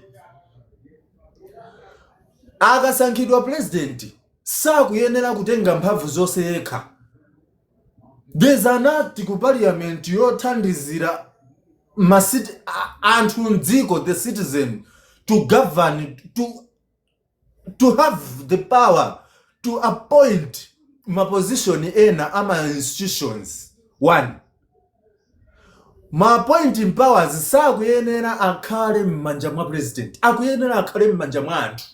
Ma interviews azikhala a public, because that's a public service appointment. Amalawi eni yake asankhe. Senate no, because Senate kuti mukayiunikire amene mukuchula Senate mukayiunikire mukayang'ane the flaws and the strengths of the Senate. Mupiteso mukaunikire kunena kuti kodi drafting itakutithandiza. Mukaunikira zonsezo zikutsogolerani going forward. Ma institutions amene amabweretsa kuongoka, kubweretsa ma checks and balances, they are financed by local government. Kuja kundimanena kuja kuboma komweko uko. Now kumene kuja amatha kufinya thandizo to cripple ma operations ama institutions ngati achina MHRCC, you talk of achina ombudsman. Now there's a chain yonena kuti syndicate imene ikupanga hold Malawi at ransom, chain imene yoyo yaigwira bakhosi yonena kuti amalawi kuti eni yake abwere poyera alankhule kapena apange zinthu. We are failing to. Why? Tatsogoza kuti anthu amene ali ndi ndalama ochepa okhawo ndi amene akuyenera kukhala ndi mphamvu pa mfundo inali yonse, beat ku MDF, beat ku judiciary, beat ku parliament, beat ku executive, everywhere. Ino ndine tikuyenera tipite kumusi kuseri tikakhale ndakamangirawa, tipite tikaone ma loopholes amene Malawi akuyenera atetezedwere, apulumutsidwe Malawi pa moto umene ali. Zinthu zina zimene zikuyenera kukonzedwa mu constitution zikuyenera ziyambe kaye titakonza system. The system that is one, access to information ipereke igwire ntchito. Wina aliyense asapezeke kunena kuti akupanga monopolize zimenezozo. If you go back from 1994 kumabwera kuti matha kuchotsa pali MP kunchotsa ntchito, it was possible. Mwina ena analasa na badu, I don't know, but let's go back. Tisamayiwale tinali ndi mphamvu yokumchotsa MP panopa, the MPs omwewo anakakonza ponena kuti lero simungathe kunchotsa MP, you have to wait for the tenure of 5 years kuti adzapange. Those are the powers amene Malawi mwini wake akuyenera kukhala nawo. Abwezeretsedwe ma powers ngati amenewo kunena kuti china chilichonse chimene chikuchitika kutsogolo chichitike monkomera Malawi. Somebody mentioned about the SKC reforms and that. That was the brilliant thing to happen to Malawi. That was the best comeback for Malawi. Unfortunately, anthu ochepa amene amapanga benefit ku system imene ili rotten ndi amene amalepheretsa ma reforms ngati amene ajawa. That is the answer to Malawi in place of referendum, in place of Senate, in place of the drafting of the constitution. Constitution amene anapanga ndi ndani? Munafusa bwino. Constitution ija amene anapanga kunali ku National Consultative Committee, kunali mafumu kumeneko, panopa local government. Mr. Demerio ndikupempha mpaniko kuti mupange wind up kuti tipereke mpata kwa anthu ena amene sanayankhule. All right, that is noted. Kunali you talk of mafumu panopa, we need to insulate mafumu kunena kuti adzitha kupanga operate kokha, because mafumu aja timawachepetsa ndife Amalawi kapena ma politicians ndi amene anawatsitsa kuwapanga reduce. Maudindo ena amene amabwera kumwambaku whether kanda DC kandi ndani, you talk of kunena kuti kumafumu kuja kuli mphamvu zambiri zimene zinayikidwa kumbali ya decentralization zimene leroli sizikugwiritsidwa ntchito. Ena ake amathamanga ndikapanga manipulate ndikuaphimba mafumu aja kandi kusazindikira kati nene kuti I think let me just say we are just lazy. We are just lazy. We don't want to do something. We want the system to work for us, but we don't want to do anything. I think pamene ndingaime ndi pamene popo. But we need to have an opportunity. We should discuss this topic in great context because it's very wide. Okay, thank you so much. Ndipeleke mpata kwa Mr. Mwenyeso. Okay, fine. Okay. Okay. Zikomo kwambiri. Ndipepese kuti ndabwera mochedwa, mayendedwe anativuta pena, ndipo zinthuzi zosapanganika, koma I really wanted to be here on time. So thank you so much.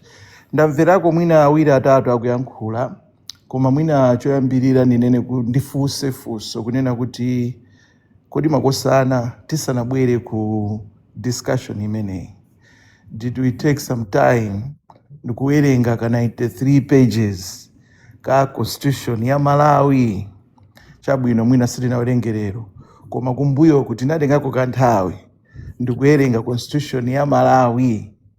Funso limeneli tikatuka pa panel pano tikazifunse sotoka, because imene ende basis ya discussion yathu sitingamangokamba ma speculations when we know kuti the truth is in that kama booklet ka 93 pages. It's only 93 pages.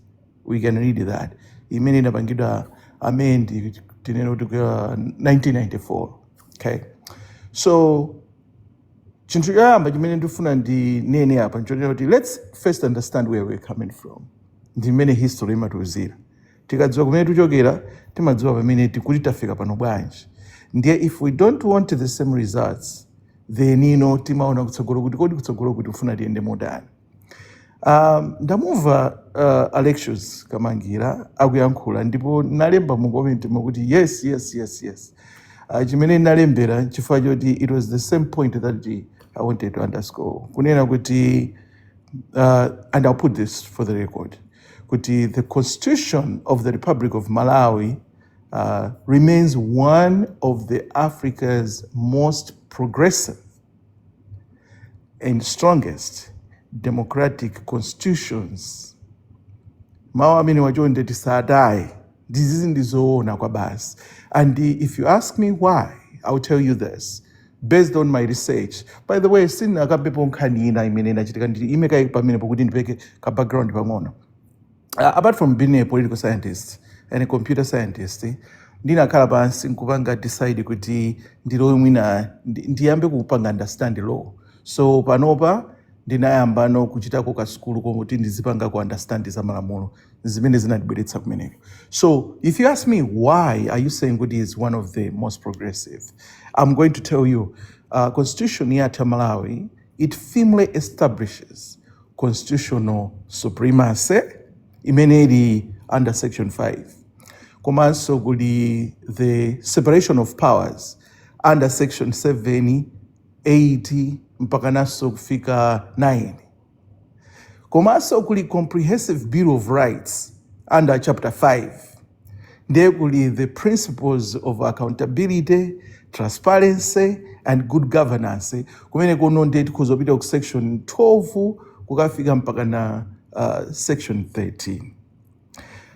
The challenge that we are facing as a country, Malawi today, is not the constitutional lacks democratic ideals. No, we are good on that. Rather, it is that more than zaka 30 zapita's of constitutional practice, I think itapanga review ma opportunities kapena ma gaps. Pali ma gapu mwina mwina moti tikhoza kukonza zimene mwina malingana ndi nthawi sinditha kuyamba kukamba pano, koma ndikamba ndikapatsidwa sompata mwina chimodzi napanga list ma opportunities okwana 10 mu constitution yathu kuti tikhoza kukonzako apa tipapinde bwino, pali bwino koma tipapinde bwino pakhale moten. Apaso titapakonzapo apa tipapinde bwino pakhale moten. And I want to conquer ndi mawana yankhula lectures aja kunena kuti I think it's high time we shouldn't just be coming here on the open kandi public yanthu ndomakambikirana ma issues ngati awawa sizigwira yaya. Yes, anthu they are listening, akumva zinthu za nzeru. Ndikaiona panelo ili apa pa you say pali nzeru zoopsa kwambiri and people have large following. But if we want to change things, we need to be very strategic and very tactical. And one way of doing those things is let's come together. Let's talk about it. Tiyambe kumakambirana issue kuyambira poyambirira kodi vuto ndi chani, kodi what is the solution, and then we move forward from there. So to underscore my point, ndikunena kuti mavuto amene tikumana nawo mu dziko lathu vuto si constitution. Now ndibwerere nditangofika kumene when I landed ndinamva bwana Khadi akuyankhula anakamba nkhani ina yosangalatsa very interesting. He was talking about I think federalism. It was referring to federalism government of system.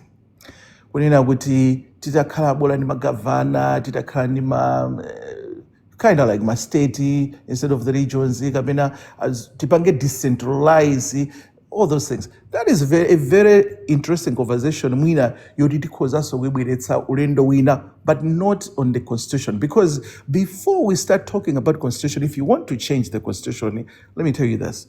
The first thing that we need to do is let's come up with a referendum. Chifukwa itachitidwa constitution historical 1993 national referendum ija ndi pamene panachitidwa amendment ya democratic constitution imene tili nayo padakali pano. Tinali ndi republican constitution, if you remember very well, imene imayendetsera dziko lathu ngati one party system. Koma zinthu zitasintha kutino pano kuli chipani cha Dennis Mahata, kuli chipani cha sinaonepo aujenapa Alex Chanthunya. That's when kunabwerano what we have right now. Koma if we want to change it, then we need to call for referendum. And kodi ya Malawi amadziwa kuti kodi referendum uso tingaibweretse bwanji? Koma before we even go there, the question is, kodi do we think tikabweretsa referendum ndikubweretsa federalism government mu dziko mwathu ingasinthe zinthu? Chinthu china funso lina lomwe timayenera tizizifunsa before we start thinking ahead like that ndichonena kuti okay, constitution imene tili nayo ndi maerias ati amene akuyenera kuti akonzedwe kuti tithandize dziko lathu. Chifukwa maerias onde alipo ambirimbiri oti tikhoza kusintha kukonza kuti tithandize dziko lathu. With that, funso lina, the question is not about amendment of the constitution. The real question is whether the future constitutional reforms, for up to today, more than 20 dozens amendments have been done, right? Komano, the question is whether the future constitutional reforms will deepen our democracy, strength of rule of law, kapena reinforcement of independence of our institutions, kapena improve accountability, mwinaso kuchitaso accelerated kuzonena kuti Malawi's national development. So those are the questions that tikamakambirana mwina tizitha kumayankha mafunso amenewo.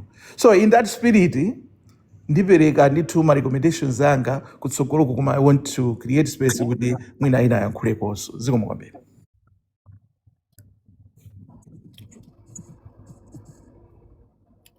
I think can I say something? I know Alex, maybe Alex, you can feel free to cut me in ngati ukutakula.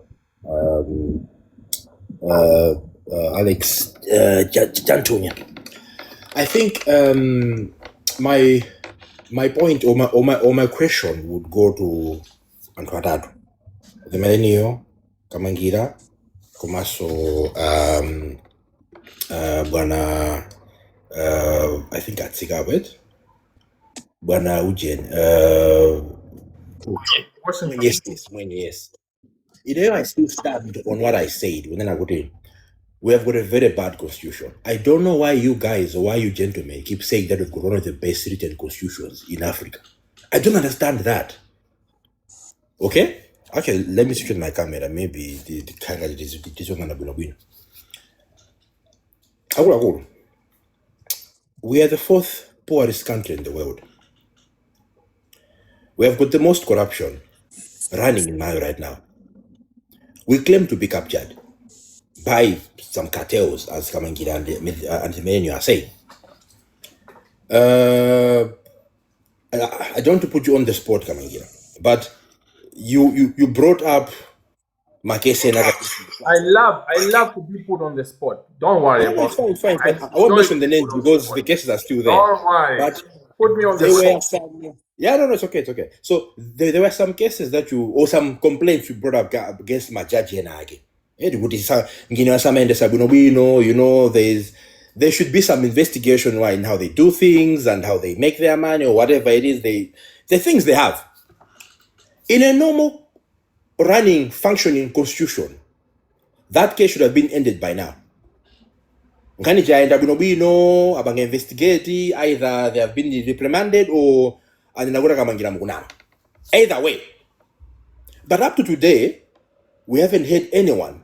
We haven't had any progress. There's been some cases there. I think what happened, I won't get into detail because it's not about you, it's about the constitution. But I'm giving you an example of how the constitution itself can strive for inroads against corruption. Because they are allowed by the same constitution. Whatever is happening right now in Malawi, for example, basically the former ACB director, Kumangido Opanda proper, President Usadziwa, DPP Umasagudziwa, all those things, because we have got a very loose constitution. So I don't understand when you guys say within Agudi, we have one of the best written constitutions in Africa. And we're the fourth poorest country in the world. Last week in Nagamba, we're the fourth poorest. Do you understand the implication of that? Ndiye anthu azanena kuti akamangira kapena avemereniyo iniyo ndi achifolo wosaukitsitsa kumtundu kwanu. And then we say good no, but we have got a very but akamangira ndi ameneniyo, they've got one of the best policies in their houses. What are you talking about? Kamdi, We are that's a sitting good down question. here. Okay, just give me 2 more minutes. Ndingobanga land. Now, you might argue and say, we have got probably implementation but implementation should be there in the system, should be there in the constitution, written down how it should be implemented.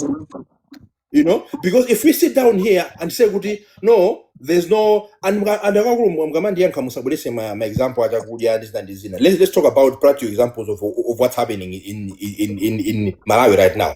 Because when you look at how fast judgments are done, how quickly they are done, how people can strive for the judiciary, that is due to the weakness of the constitution itself, because it doesn't give us ways in how we can come and say, and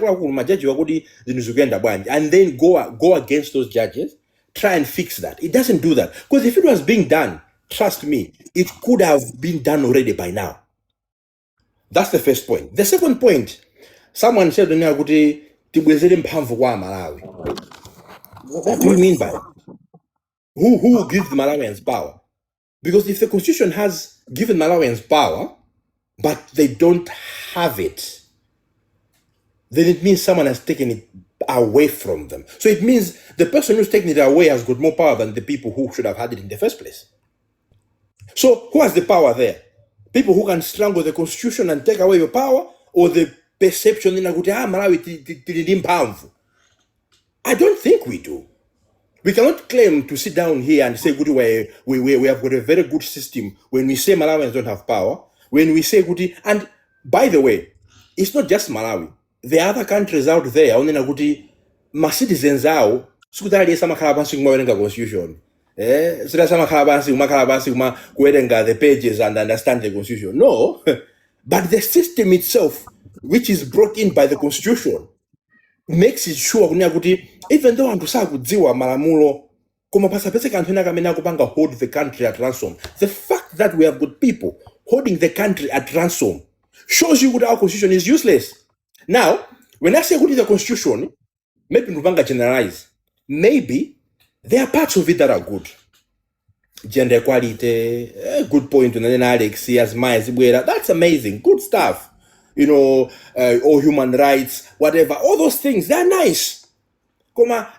Gender equality doesn't make a country rich. We've got a country like Saudi Arabia, women cannot drive, but they're richer than us. So I'm talking about parts of the constitution that give us wealth as a country, parts of the constitution that give us, you know, financial freedom from IMF and this and that. That's what I'm talking about. Parts of the constitution where Munsamaka Barimandi for 5 years. Kesi yake kumene ili sagu ziwa ali Barimandi. Wina kwa drama kwa mkoti within 2-3 days kesi yake amvedwa kupita kunyumba. How is that a constitution which you can say is the best written constitution in Africa? What's your basis, guys? I want you to let me know about that. Okay. Because the Kamdi, moment you see... can I come in a little bit to compliment what Alex, go you ahead. said? Yes, you do. Go Yeah, ahead. I remember me knowing Alexis Kamangira at some point. He said, "Kuti pakati munthu nanga kunchinji." He actually fought for it. Kuti munthu champaka nakatuluke ku court. He's an experienced lawyer, and he know how people akukhala kundende amene sanalakwe. He fought for them. He did, and he managed to get some of the people out. That tells you that our constitution, yes, is there, but it's selective. For the people that they have money, amazaoneka ngalona kuti nthawi zina chilungamo chawo chimadzaenda mwasangasanga kukosiyana anthu amene alibe ndalama. He's experienced with that. He knows that. I also want to compliment what he said positively, saying that tikamabwera pano mwina tizikhaso ndi nthawi kuti tikhozokhala behind the bars. I say this because of experience mene ankapangira MCP, mene ankagwirizana kunena kuti tiye ndikapange tese chitaganya anthu ankakambirana kunja, and then they managed to do it. Mene ankakambirana za democracy akina Muluzi ndi azinzawo ankakambirana kunja, and zidathekadi zinabwera mpaka napoyera. Ifenso tuli ndi mwayi, if we really want to change, not just to score that we know how to talk. If we really want to change, we need to have time that we can talk and discuss and see the way forward. And he mentioned about kuti samango khala okufunda zibeba bizoneka kuti fende ndifo beba timatha kukamba zinthuzi. We really want to change. If we really want to change, we need to figure out and come about that. About the constitution, fund Gizandi Kamdi. Kuna kuti seriously, yes, there's some parts of the constitution that is zabobo zimaenda bwino. Also, there are some parts of the constitution abana sizili bwino. Ndipereke mwachitsanzo. Kodi constitution yathu imatikapereka Kamangira he's a lawyer, he knows. Imapereka kunena kuti judge amatha kupangidwa appoint the president. Kodi judge uja akapangidwa appoint the president. Ngati judge uja sakupanga perform. Kamangira knows, and he can concur with me kuti tili ndi ma judgment ambirimbiri amene sanalembedwe. Tili ndi ma judge akhoza pano panga retire mwina moyo wawo wonse alemba ma judgment 10 okha. Ma judgment 5 okha. Kodi ma judge amene wakasankhidwa ngati sakupanga perform. What next? Tikakhala tikhozofuna kupanga impeach. What are the procedures to impeach these judges? Who's supposed to start doing that? Kodi chifukwa chani sitimapanga impeach? Then ngati sizingateke if the system is not allowing us to do that. Now we can't say that our constitution is clear. We can't say that because in the constitution you could put some power because of abanga kwasankha. In the constitution you could because of zinthu zina, but there is no kumapeto kwake kuli chani if the people are not performing. Right? You have been saying, and I've been watching it. Na kuti kunena kuti akuluakulu uyu apanga zakuti uyu anapanga zakuti. And the police amakhala amva nkhani zija. And my colleague Ben Jesus said about the police. Anega mu constitution nena kuti a president akawina akasankhidwa ndi amatha kusankha inspector general of police. Akasankha inspector general of police, a president automatically becomes commander in chief wa police. Amakhala wamkulu wa army automatically. Is in the constitution? Is that the right thing? Is it taking us somewhere? Ndimafuna sonda auza moderator kunena kuti sinimafuna kuti nditenge nthawi yambiri. I feel like there is a lot of positive things that we can benefit from here. So mwina nthawi yoyankhula kumachuluka kuti munthu mmodzi akuyankhula nthawi itali and is becoming like he's lecturing, he's telling us things. We need to stuck to the point and make the point straight.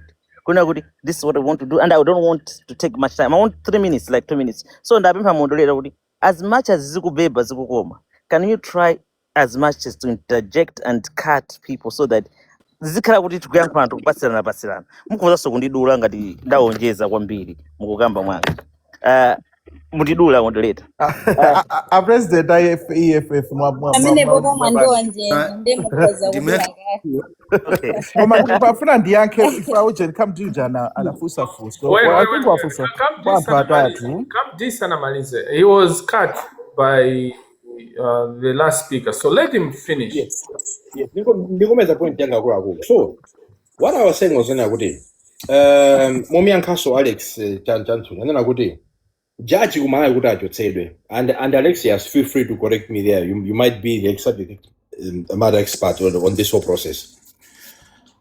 Alexius akakanena kuti judge wathu kamd aine issues awandiawa.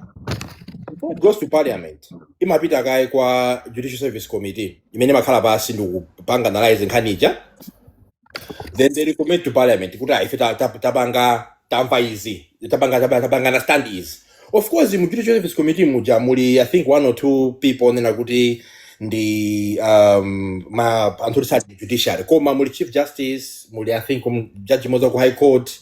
About the composition, Alexius can correct me there, but it's highly skewed towards majaji. Now in Malawi we have a problem.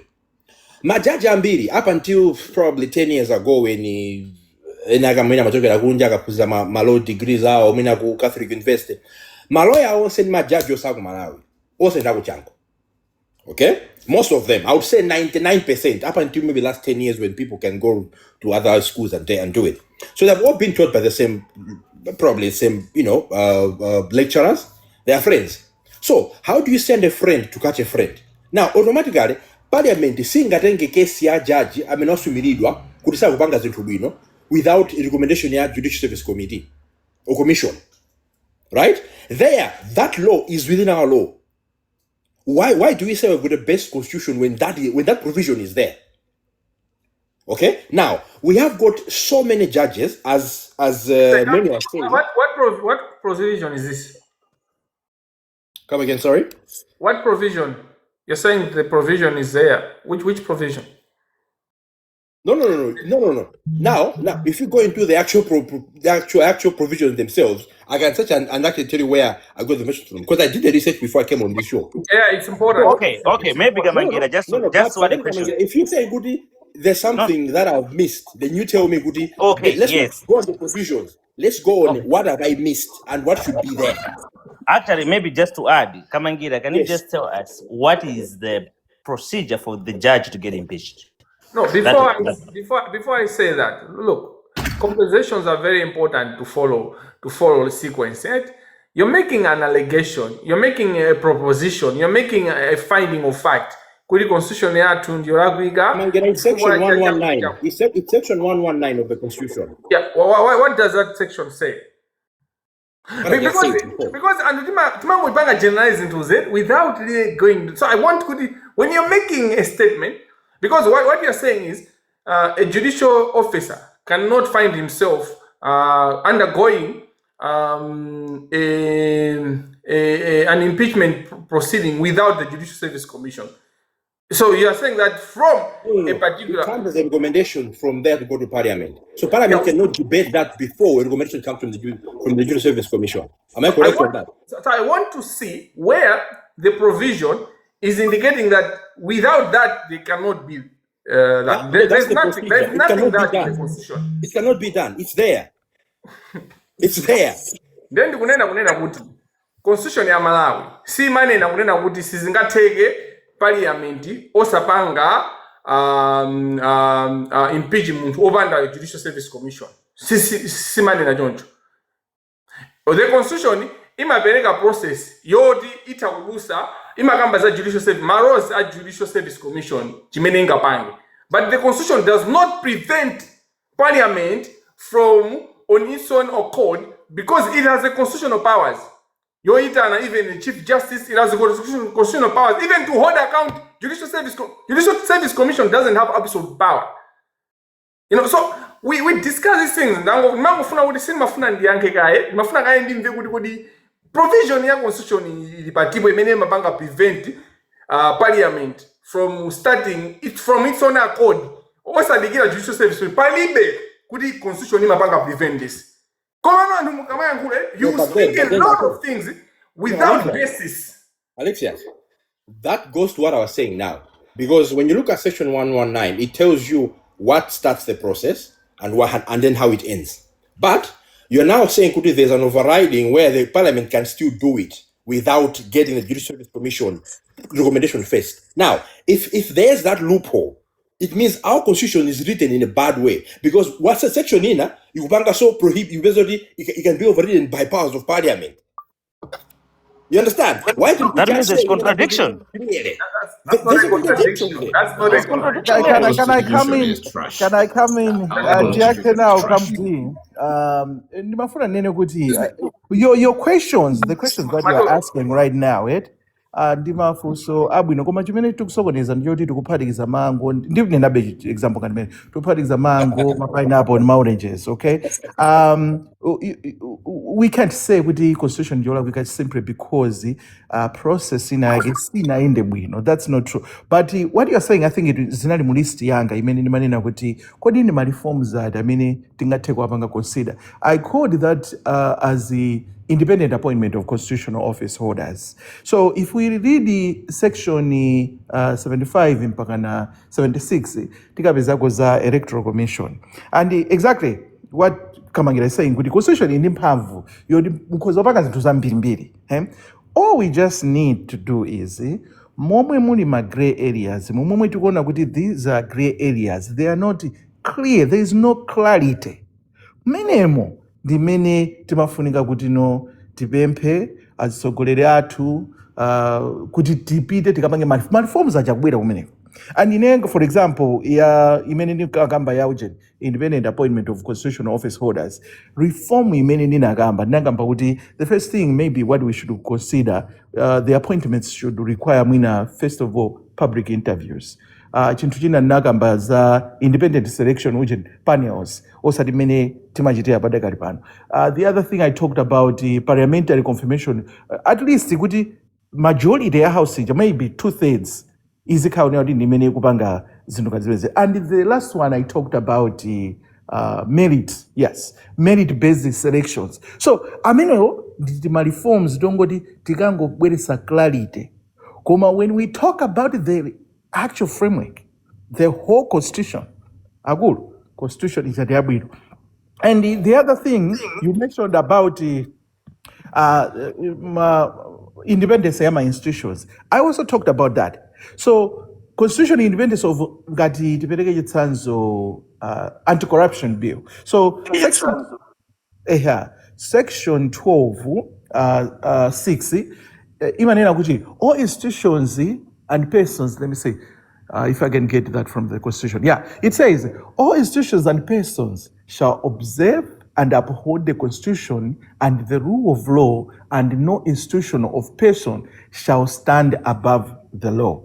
While section 13, imanena kuti the state shall promote accountability, transparency, personal integrity, and financial probity. Ndiye when you look at this, akuipatsa ndithu independence, koma the constitution does not establish the Anti-Corruption Bureau as an independent constitutional body. Instead, ikupanga create under an act of parliament, kuipanga kuti it's more like sustainable maybe legislation or legislative amendment or executive influence.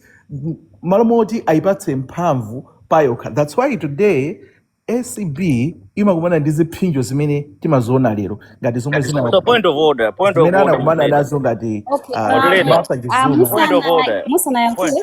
It's a question to him. Okay, It's a go question to on. him. Yeah.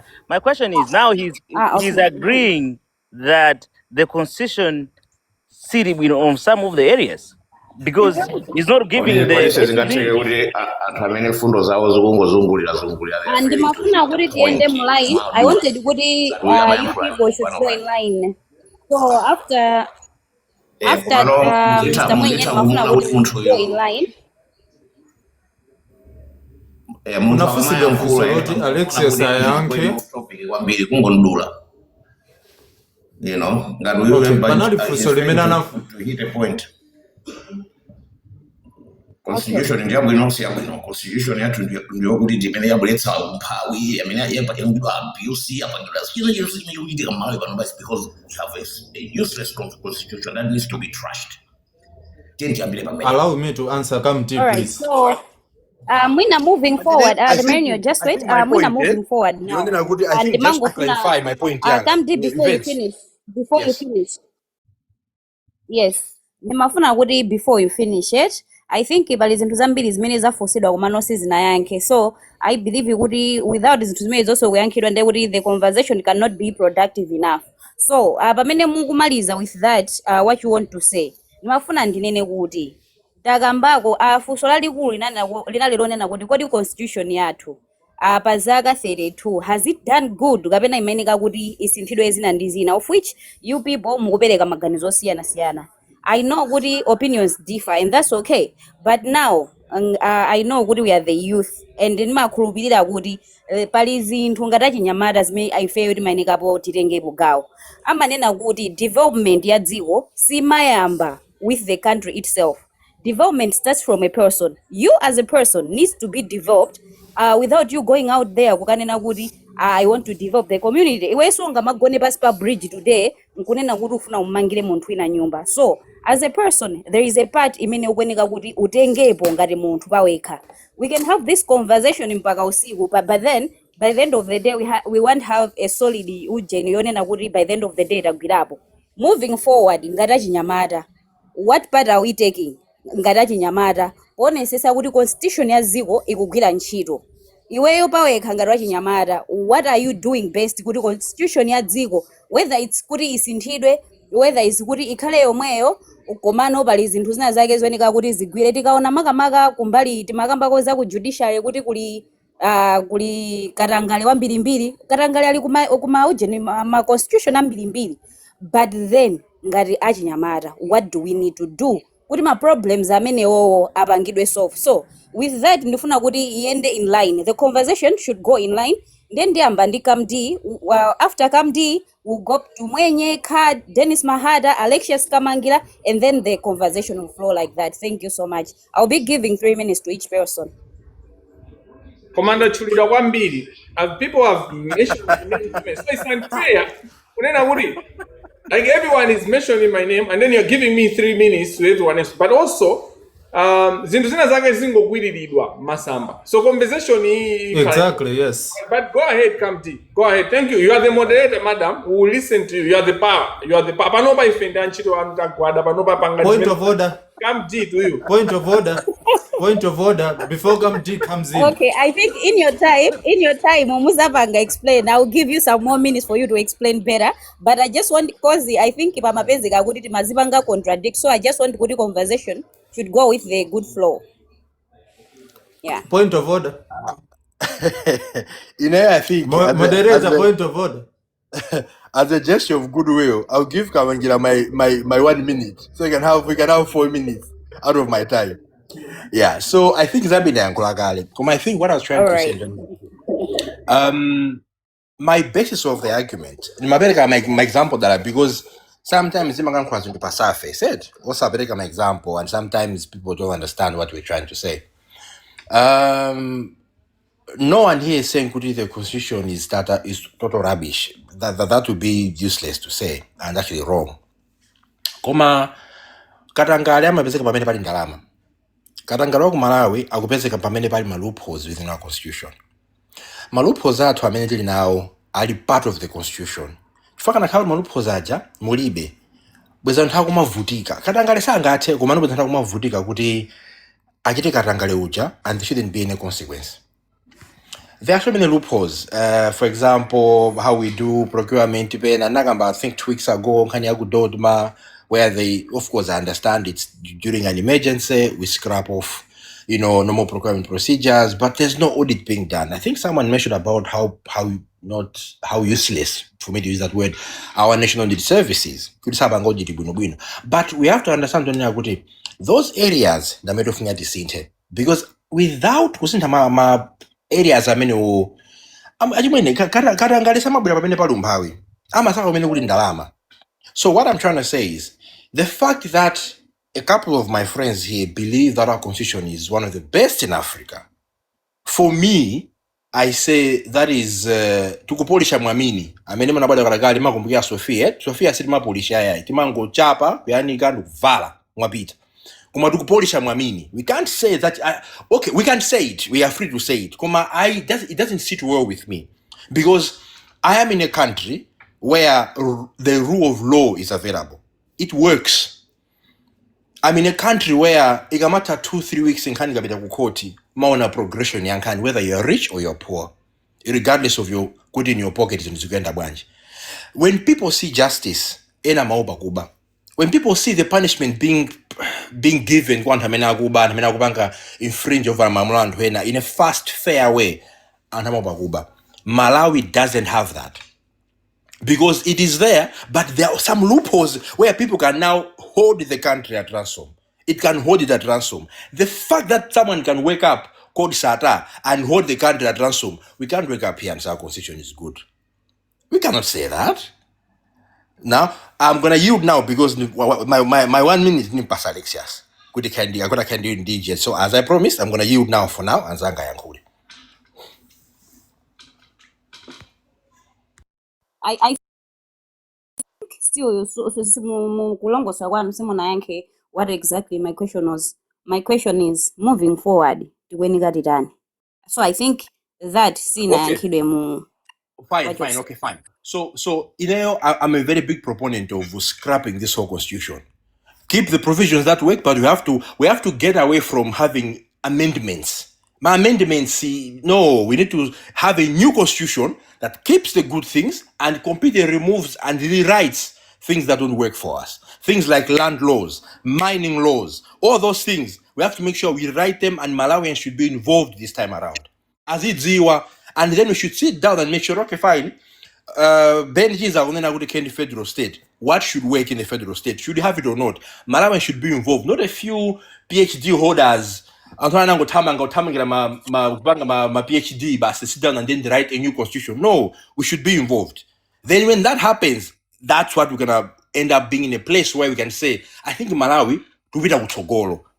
So my point is, Ngarati Nyamata, when the new constitution, if it happens, we have to be involved in the framing of it, and we have to be given a chance, not just 20 minutes school, Kamalis hotel, come and debate the new constitution. No, we have to be involved in the framing of that. How it's being done, how it can be done, I think that's a conversation for another day because there are other costs attached to such discussions and conversations, whatever. But we have to come away from a few elite people writing a constitution in English that the whole country cannot understand. Because at the end of the day, we'll still come back here in 20 years and be complaining. Good, the new constitution, see what Don't know if that makes sense. All right. Thank you so much. I'm now going kwa Mr. Mwenye. Komano while you're answering ndifuna kuti funso langa kweni mulipange understand. Ndifuna mumvesese kunena kuti ngati wachinyamata starting from now sitimakamba za development iwe munthu sanapange develop. So nthawi zambiri timapanga blame mwina sometimes ndinthu kuboma kuti boma likutere. Pamene you as a person you are not doing anything about it. I believe kunena kuti sikuti ndi zinthu zonse zimene boma lingatipangire ifeyo ngati anthu. So ifeyo ngati achinyamata amudziko muno poona ujeni constitution ya dziko anthu ena mukuti constitution ndi yabwino, anthu ena mukuti ya constitution yo si yabwino. Yes, that I agree with you. Amenewo ndi my opinion anu. Komano even though it's good or it's bad, ngati achinyamata tingatengepo gawo lanji pothandiza kupanga solve magaps amene alipo amene mwina akuchitika because constitution yathu mwina muli magaps ena ake. So I will go kwa Mr. Mwenye. I think 4 or 5 minutes. I think 5 minutes will be good kuti zinthu zimveseseke bwino. Ndaona Mr. Kamangira ndizakuonjezeraniso ni nthawi. So bear with me. So let's start with Mr. Mwenye. Thank you. Zikomo kwambiri. Zimene nditanene apa kuti tingachite chani ndikhabe kuti ndikupanga backup point yanga yoti not constitution ija ndi yabwino koma we have my areas amene ali gray amene akungofunika kukhala very clear.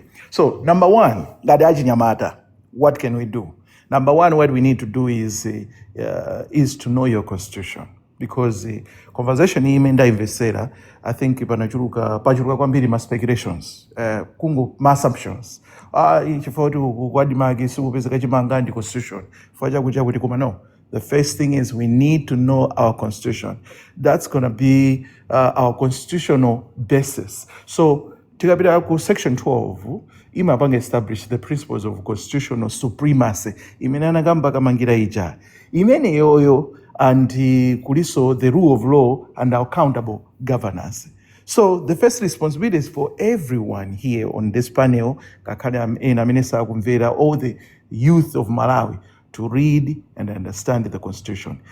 Please, you cannot defend the rights you do not know. Sizingateke zimene also. You cannot hold leaders accountable pamene simunawerenge exactly what is happening. So that's number one. Number two, as the youth, we need to have or to participate in what is called the democratic processes. And the constitution imapanga guarantee wina aliyese mudziko the right to participate in public affairs and the elections through universal suffrage. Izizi ndipereka chitsanzo chomveka bwino patali nthawi ina yake nthawi yomwe timachoka mulamuliro wangopitawo achinyamata ina anafika point yonena kuti dziko lathu zinthu sizikuyenda, ine sindingakavoteso, ine sindingapangeso mwakuti zimenezi jazi zimenezi kuti sokoneza so kwambiri. But as the youth of the country and we want to see Malawi doing better in the future, we need to participate in democratic processes. Number three, tikufunika atsogoleri awawa, we need to hold them accountable. Okay, so section 12, 13 in pepani ndizibanga lifa ku constitution yomweyo because the constitution ija ndi imene ili ngati ivo atipatsa ma guardrails. So section 12 and 13 ikutipanganso kuti imapanga promote accountability, transparency komanso good governance. Ndiyeno azitsogoleri athu ngati sakuchita bwino malo ena ndi ena, leaders should be questioned. Not only during mzisankho, koma nthawi zonse. And the platform ngati iyi, it's one of the platforms imene tingathe kuigwirisa ntchito kuti tizafunsa atsogoleri athu aja, holding them accountable. So young people, kapena the youth of Malawi, we should peacefully, very peacefully ask questions, follow government performances, monitor even my public projects. Of course, the government is sobayo kaima ine zilenga zinthu ngati zimene ziyankumazika on the open. Maiko ngati kumene tili kuno, ngati ku America, you can even Google ndikuona kuti kodi panopa ma projects aboma ndi atiwo ndipo apereka kwa nani ndi ndani. Zinthu ngati zimenezi tikuyenera kuti tizafunsa atsogoleri athu ndiye kuti tibweretsa sanity. Chinthu china, we need to reject corruption. Let me tell you this. Ife achinyamata ndife oyambiriraso amene timafuna corruption, and I'll tell you the reason. Ineyo based on my study inaonetsa kunena kuti chifukwa cha umphawi umene tinawo tikangokhala ndi opportunity yonena kuti apapa nditachita ka corruption ndipeza kusoka ndalama kena, we are also indulged into those practices. So we need to reject that corruption, number one. Number two, Kamangira all the time wakhala kupanga fight for corruption. I'm not saying only Kamangira. We need to stand up as the youth. Tikaona kuti apa pali corruption apa. Let's reject it. We need to reject it. Section 13 imakamba says that integrity and financial probity in public affairs. Now, number 5, that's 50 seconds. Number 5, we need to respect the rule of law. So, a constitutional democratic or democracy, ngati muziko matumo, imapanga require respect for the law. So disagreements should be resolved through lawful and peaceful means, not through violence, kapena distraction. Kuti ache tipite kusewu tikaphwanye zinthu. Tikadeno zinthu ndi kuti siziyenda bwino. Ndi ndi fundo zina koma ndipereka mpataso kwa anthu ena yankhule. Fundo ina inali yoti tizipanga defend human rights. But I'll talk as we go on. Thank you so much.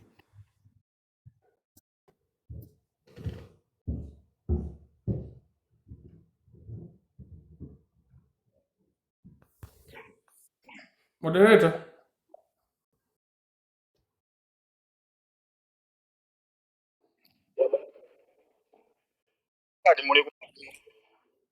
Ribe.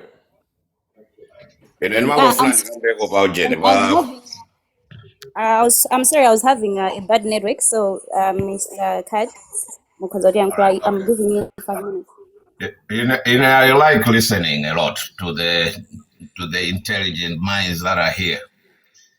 And I always get frustrated with Malawi education system because simatiphunzitsa kupanga capture nkhani in a framework yoti munthu apanga understand bwino. That's why a lot of people, they are going like this, meandering. So constitution yathu ndiyo kuti pakali panopa we need to scrape it. It's not the best. It doesn't serve the progressive mind of a new Malawian kid. My age Kamangira. Mafana ma 90s. It doesn't serve them. Panova, we are going into an AI generation. In 5 years' time, the whole world is going to be served by AI. Malawi is still stuck with a 1964 constitution. That was actually changed, I think, 1994. The reason why we fell even more in Kesia Amarili Sija, the reason why there is nobody being arrested or prosecution or being prosecuted is because the constitution has been abused, and abused, it no longer works. Let us come up with consultative meetings. Go in organizations. I mean, at the initial framework of the constitution in 1994. Bring them back over to the table, bring new people, bring new CSOs. Let us go for a referendum to change the constitution. For the constitution, immediately the Kenyans, they did what we are doing here, started debating, and then they realized, no, this encourages corruption. Let's bring in a different constitution, a federal one. Even though the Kenyans never called it a federal constitution, but if you look at it, it is a federal constitution. It demarcated areas and assigned powers to provinces, regional powers. Panova mugaona mugalo wa Nairobi umpeza Nairobi mountain governors are the system is working. And Nairobi is I think since they changed the constitution, is one of the fastest growing cities in Africa, built by black people like you and me. Also, Johannesburg, Cape Town, Kenya, if you go there, you see progress. It happened because the old constitution, it was like a chokehold on the people and progress. The same thing with Malawi. Ababa brilliant minds up. I like listening to Amandila. I like listening to Kamdi. I've come across new guys that are very articulating and they're good at what they are presenting. Only that maybe they go. But what we need to do is make a decision. Are we going to be the proponents of a new Malawi? Are we going to be able to usher in a new constitution? Can this group help in presenting that information to the people? Yes, we can. And how do we go about it? That's where we are starting now. We are having this conversation. Then we are going to go on the ground, talk to people, and bring in the necessary organizations that will now push the referendum. Because we cannot go on with this constitution at all. It's trash. Munaona zimene munagamba akuti separation of powers.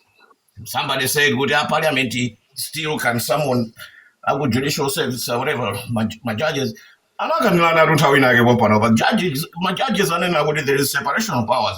Judges feel like my MPs are even zero. They cannot summon them to parliament. We're not going to judge who they never summon. But I mean, corruption no se we go judicial. Chili chose jimene chukuchilika chola kuika in Malawi. My judges are going to go back. I mean, these are the dangerous people that have destroyed Malawi. On Sewa, I'm going to get a Chancellor College. This is where we need affirmative action. What is affirmative action in a sense? Who did you say? My mindset, because Chancellor College, I mean, they need to get out of Malawi, do a master's degree from a university outside of Malawi, so that they can achieve their enlightenment. Kamangira is more enlightened now because he's doing his PhD in Ireland. Banana Kagunje Kumalawi with Katere Tampanga capture. Now there is fire in Mafana. We need to support them. How do we support them if every time the cartel is painting them as thieves, is painting them as Amisa, Adamamabiris, Hamatani? They're doing that because they want to stop progress. Mine is more like a motivation to you guys.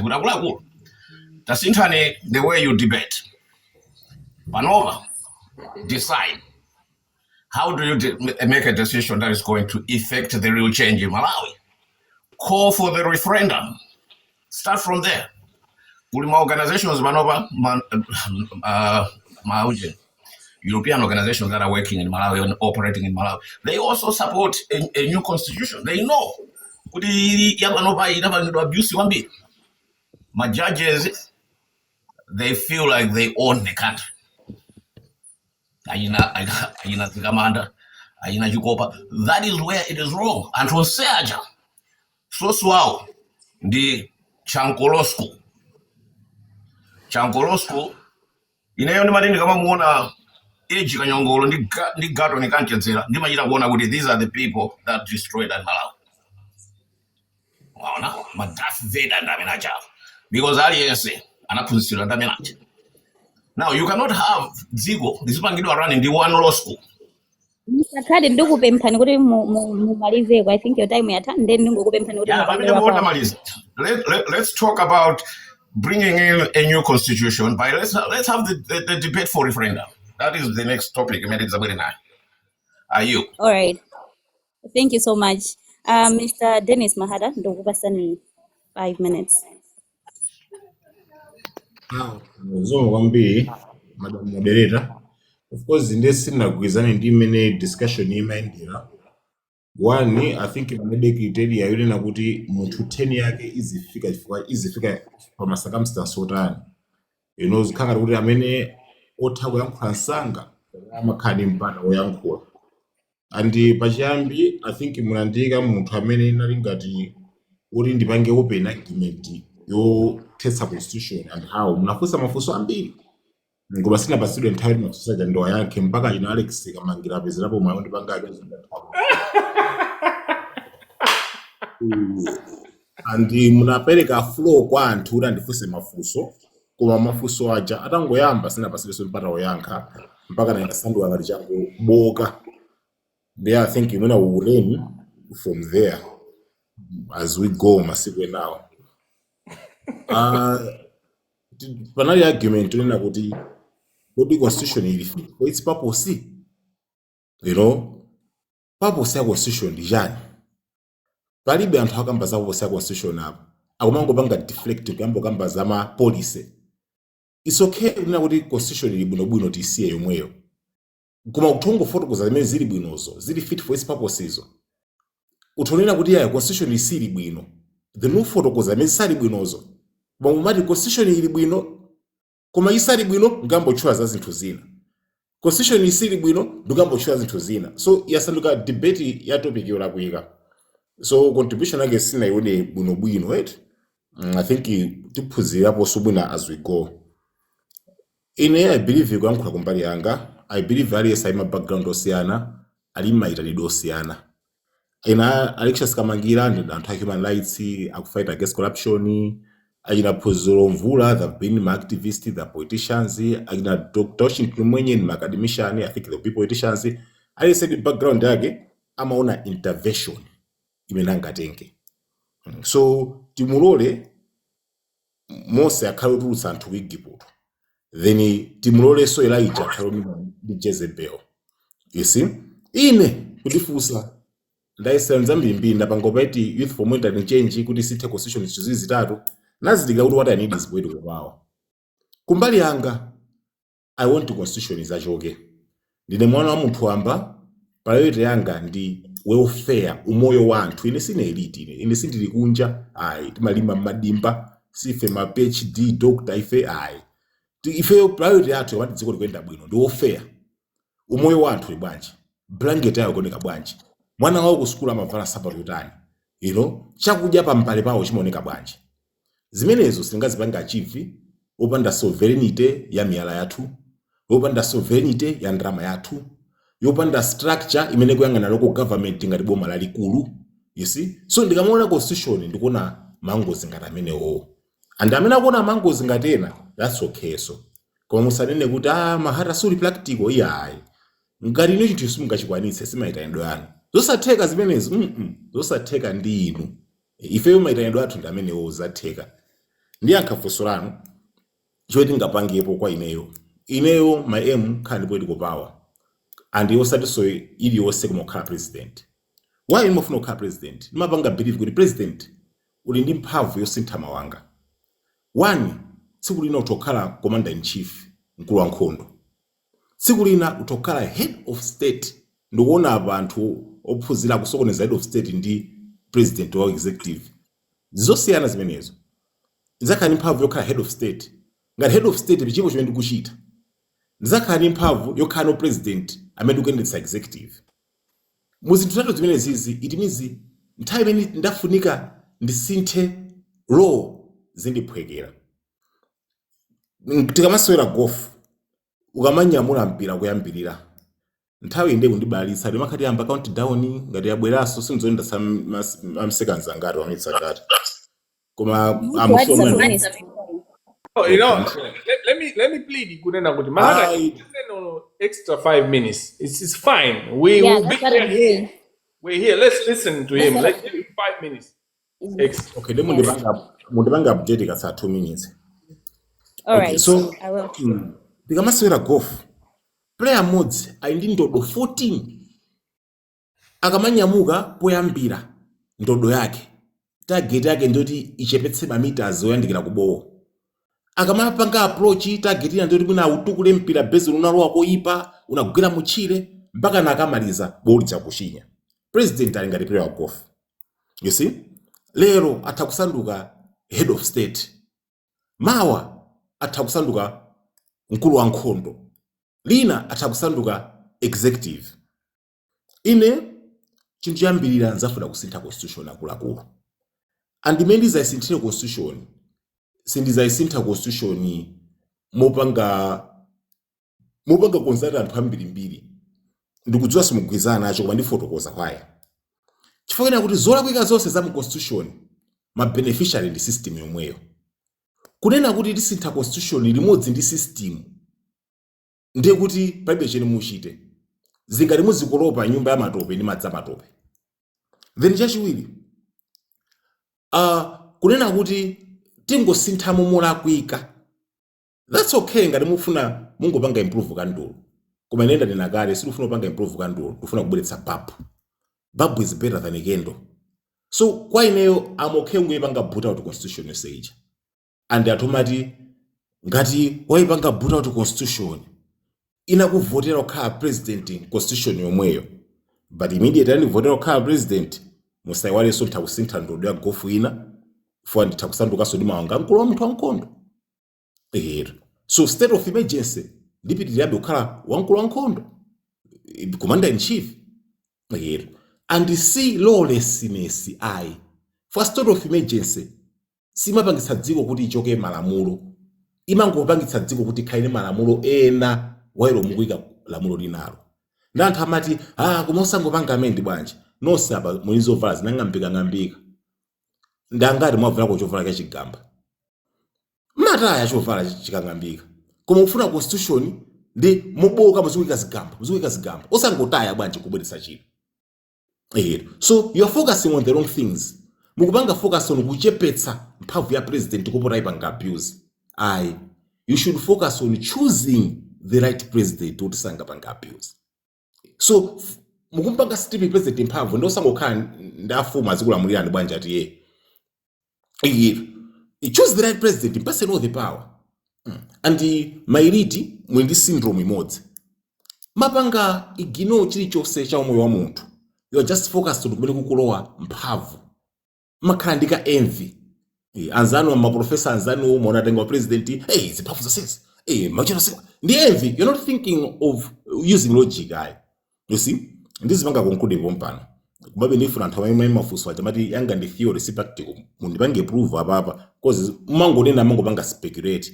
because palibe wandiyankhulapo poti chimene ndiyankhulapo ndiyankhula za local government palibe wafunsa technically, ndiyankhula za malozi palibe wafunsa technically, kungoyankhula basi kuti speculation iwe foti sukuzidziwa izozo ndi speculation yetu. So ineyo maitanidwe anga, I would want to restore fair, I would want to restore mphamvu ya ndalama, I would want to restore sovereignty. Malawi athu aziopa usati mangogwiragwira nyanja athu ayi kamaliza zimenezo nthakupita muthobwerapo maitanidwe anu. And to do that I would want a new constitution imene ingizabwere ngati babu usati improvement ngati akandulu. Have you heard how ridiculous mukumveka? Constitution imene bwino voting system muna democracy system bwira njani misa constitution imene bwino kuma ma institution mila kwendera who shares mphamvu kuyambira kwa head of state mpaka kufika kwa ma institution misa ni constitution. You sound ridiculous rakulaku, you know. Then mukati mopanga deflect atisakambere zamango vuto ndi nthochize sizotsekemera iyayi tikudziwa kuli mavuto kuma act kuli mapolisi kuma tsiku la lero tukamba za constitution. Imeyo ngati mukuona kuti constitution ibe vuto, it's okay, khala ndi kandulu koma ifeyo tizabweretsa babu. I like to think kuti anthu ambiri amene ndi mantha amene makuto kamba kuti izi sizikatheke kusintha international kanchani mwambira nchani. I like to think kuti anthu amene ndi mantha ndino anthu a generation yakale. Munali ndi nthawi ma 2018 ife tili masekondari menemo kuti mubweretse malo amene mmafuna mwankanika. Nawo ife tili ndi ntchito yokonza zili munakatika kukonza yobweretsa zinthu zanyowani then kupanga secure future generation. Then ino amene mwakanika kupanga zimenezo mu generation yanu mufuna mutipange share mantha amenewo. Chonde mukamayankhula mukatipanga address a generation yathu musimati uze kuti izi nzosatheka izi muti anazo nthawi ayi you had all that time mu generation yanu. Tisiyeni tikoze Malawi amene tikufuna ifeyo wa ife tizamuyamba pochotsa constitution zikomo kwambiri. Basi mwamaliza. Munthu wapatsana anthu achamati amanena kuti Okay, nwangu kuwa kuti mwamaliza kufa ineyo I had given you all the time, so if you say kuti akhoza kusana mafuso ngati moyo ndi mafuso I think you can ask him. I give you the floor. But this is what distracts the conversation ikusokonekera. Okay, so we should let it be. All right. nthawi yanga mwanena kuti ndikuyankhula theory ndikupanga speculate zabodza prove to people ndifuseni chabodza kwenchitiro nene pompa sisokoneza conversation fani nthawi yanga. And I come and kupanga spending nthawi yanga ndikukankha wapanga. You are not spending your time. You are spending in nthawi ya Mr. Mahara because we had agreed kuti taonjezera nthawi. Thank you. Anthu ambiri sumamvetsera munthu akamayankhula mangomvetsera Mahara wakamba just 2 minutes ago wakamba kunena kuti vuto ndi constitution kapena ndi malamulo vuto ndi munthu. I don't know ngati ndinamva ndekha. Musankhe the right person. You said that you should choose the right person. Constitution ichotse mphamvu so munthu waibala ndi area yolakwika mpatseni mphamvu zokwanira president but choose the right president. Arebo ati Diba, you should go back to this. Tisabwereraso siku lina Mahara wayankhula baba kunena kuti the problem is the leaders we choose and not the law, which contradicts what he was saying. Everything that he was saying was a contradiction because he said sumamvetsera ena kapena komano ndikupempha ati Diba, we should go back to this point because he made it and it's like 5 minutes ago that he said that. But anyway, I want to understand when Mahara says kunena kuti ine ndikazakhala president ndikuchosa constitution yonse ndikubwesa constitution. What kind of constitutional framework is he bringing? And what way? Because I've had conversation with Mahara as early as 2024. And when we were discussing, he was discussing issue using the military. Could the military dimene wena uzalenga power? And I questioned him. And I told him ku military ndikumene kuli katangale mphanga. So if you use the military to take power, military kumene saza kupweteke idea yako yosintha anthu. Then ndifuna ndimve ababaza changing constitution. What constitution is he bringing and how is he wanting to become president? Is it through the same constitutional framework yomwe tili nayo kapena through taking power with asilikali? The third question I have for Mahata is kunena kuti being educated kapena kupita ku school doesn't necessarily mean kuti sunapite munthu mudimba sunalime. Chifukwa Mahata amazayankhula kuti kuzoona ngati kunena kuti ena afe tinangoyamba kuvala matayi. You know, ifeso timayenda wapansi opanda nsapato, ifeso tavutika. But if we haven't stayed there, we just sitinangopezeka kuti tinapanga study low anywhere. Tinachoka m'manyumba osauka, makolo ovutika. So we know poverty as well. We have lived with the poor people. Ifeyo tachoka m'manyumba onena kuti mavutika. Talimaso m'madimba. So the presentation as if we are too theoretical. Ngati kuti mavuto a Malawi sitima aziwa. Ngati kunena kuti we are being theoretical, we are being academic, it's a wrong one. Kodi ndimene nali chiyambi cha fuso ndonena kuti kodi kuphunzira is it a problem? Kukhala a PhD holder or kukhala a master's holder kapena kukhala a degree holder, is it a problem? Mayankhulidwe awo unazakamba zokuti za madimba and all that, which is a political statement to make, which appeals to the poor. They associate you with them. Komano, what is the substance in there? So nimangofuna unena kuti kodi kuphunzira kapena kusintha status. Yeah, mafunso atatu. Ngati ndaphonya undukuzi.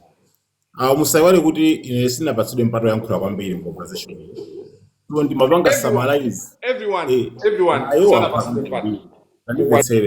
Ndimapanga summarize maspika osiyanasiyana. So ndimayankhulanso munthu amene akamba kuti constitution yathu ikulakwika poti president ali ndi mphamvu zambiri. So amene uja ndimamuyankha kuti iyayi sikulakwika pamenepoyi, ikulakwika chifukwa kunena kuti we choose wrong people. So sindimanena kuti constitution ili bwinobwino.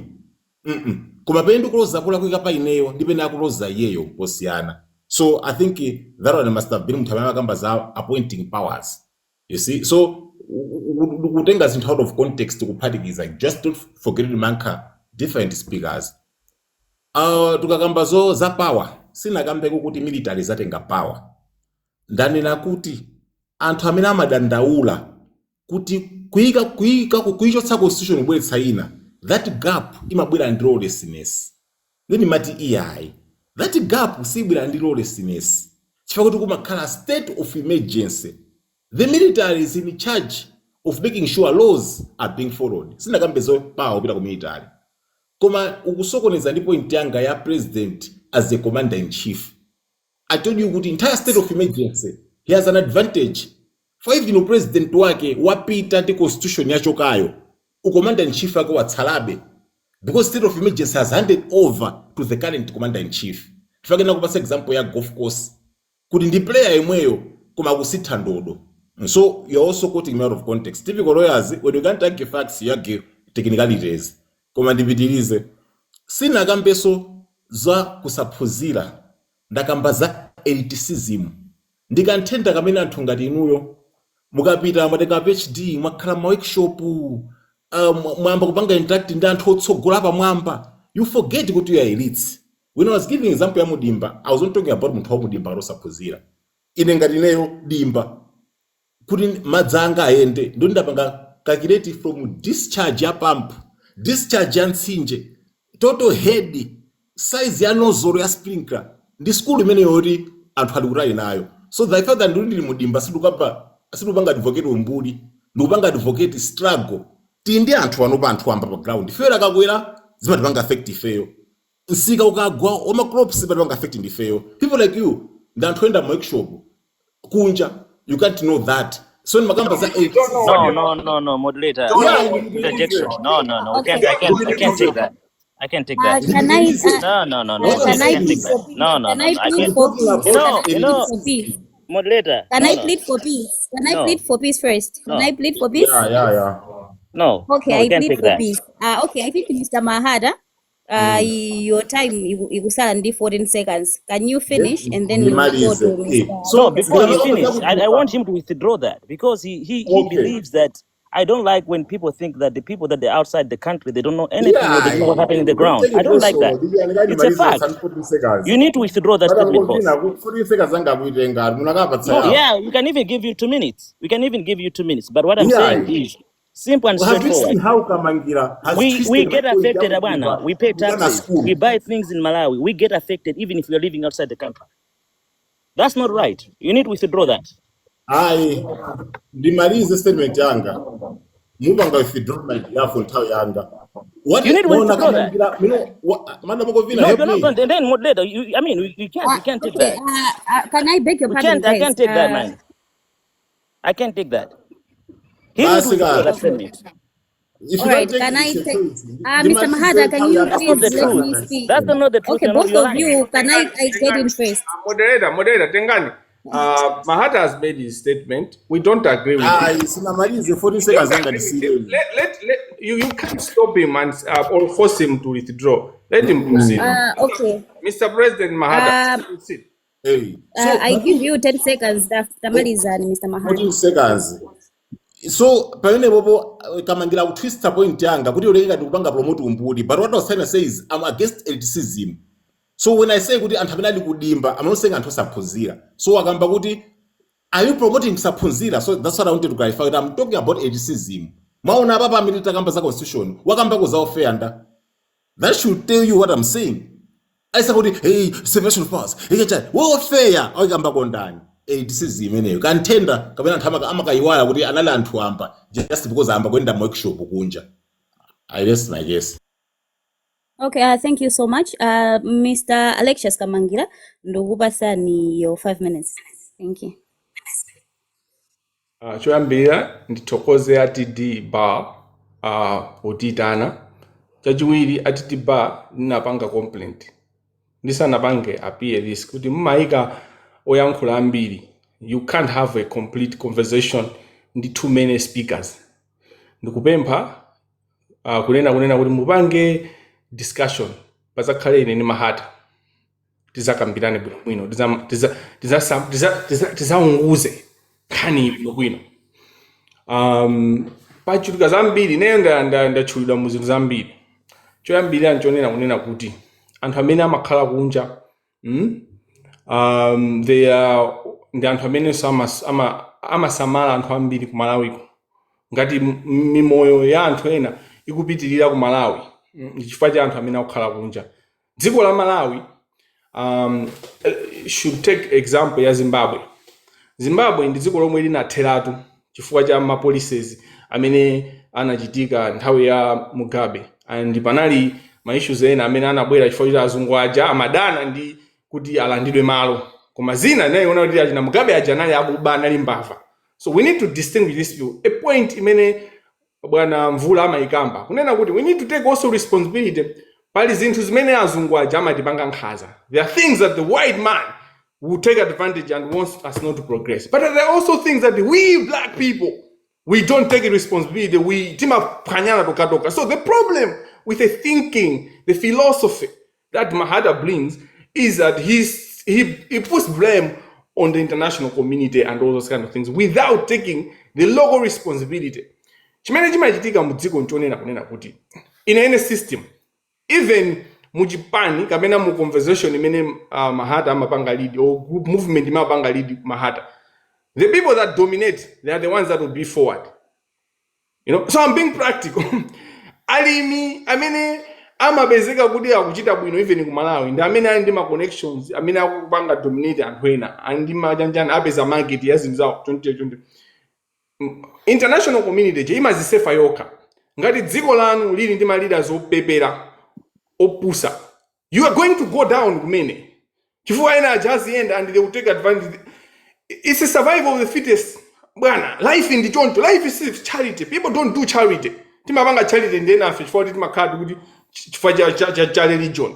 But the reality of communism, ma systems amene wawa ndiko it's the survival of the fittest. So the international community imayika ma police okomera iwo kumene because they have the power. Ifeso titakhala kuti ndi mphamvu, ndi economy ya mphamvu ngati ya America, we will not be doing charity to other countries. We will become a superpower and we want to take advantage.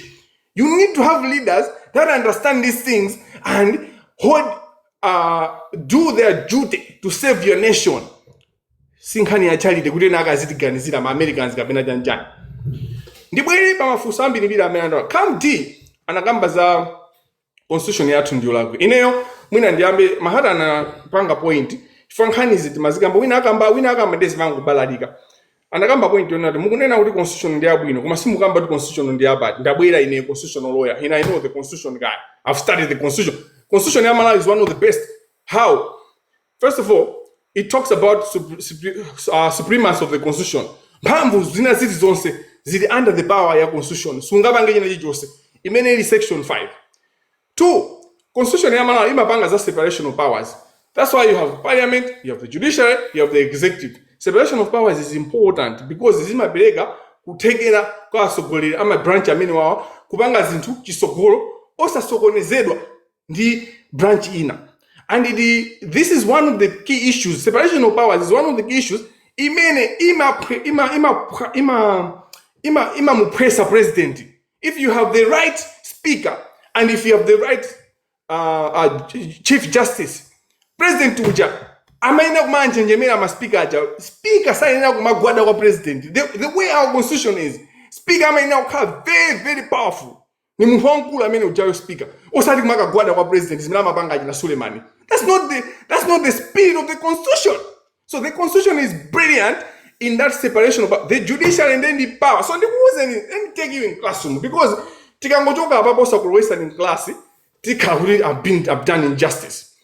The executive, led by the president as the head of the executive, the judiciary as the chief justice, and the parliament. What is my end branch? Separated but the same. Zimapezeka kuti zili separate but also they are interdependent. Zimapezeka so zimapangana so hold accountable each other. How? For a policy of a dziko, kuti dziko liyende policy, imayenera kukhala kuti executive ndimene imakhala ndi eyes to the policy. Dziko kuti liyende president amakhala ndi direction. Dziko langa andifuna ndipite nalo likhale ngati Australia, APM says that. Iye ujana amene awina kubweresa policy through his cabinet, the executive. Policy ija kuti iteke, you need parliament to budget. You need to do a budget. You need to finance the policy. Budget amapanga ndani ndi ma MPs. So you go to the executive. So the executive is independent, but it depends on how it works better together with the parliament. Kuma parliament ija ndi power yopanga zinthu zake independently. That's why my legislation, which includes budget, mazo budget ndi lamulo, anthu ambiri saziwa kuti budget ndi lamulo. How many times have we held the executive accountable for the breach of the law? For amaphwanya malamulo akakhala kuti budget ija sawisatira mmene yapangidwa pasi. All these years amaphwanya malamulo, no one calls it out. The constitution is bad. Wake up. That's imene narrative ya cartel. It wants you to have a problem where there's no problem and live where there's no problem. You need to wake up. Then parliament ija nayoso ili independent imayenera kupanga malamulo blah blah blah. Koma ikapanga malamulo chawa wangida asenti ndani kodi ndi president itu as executive. Party manager njokuti you need to check parliament. Umayenera kuipanga check parliament. Koma parliament ija ikapanga malamulo president akasayinira. Malamulo aja they need interpretation. The judiciary is the one that puts the law into life. Imene maika oxygen to everything. The whole system kuti kubwere oxygen chinthu chechiyambe kuyenda.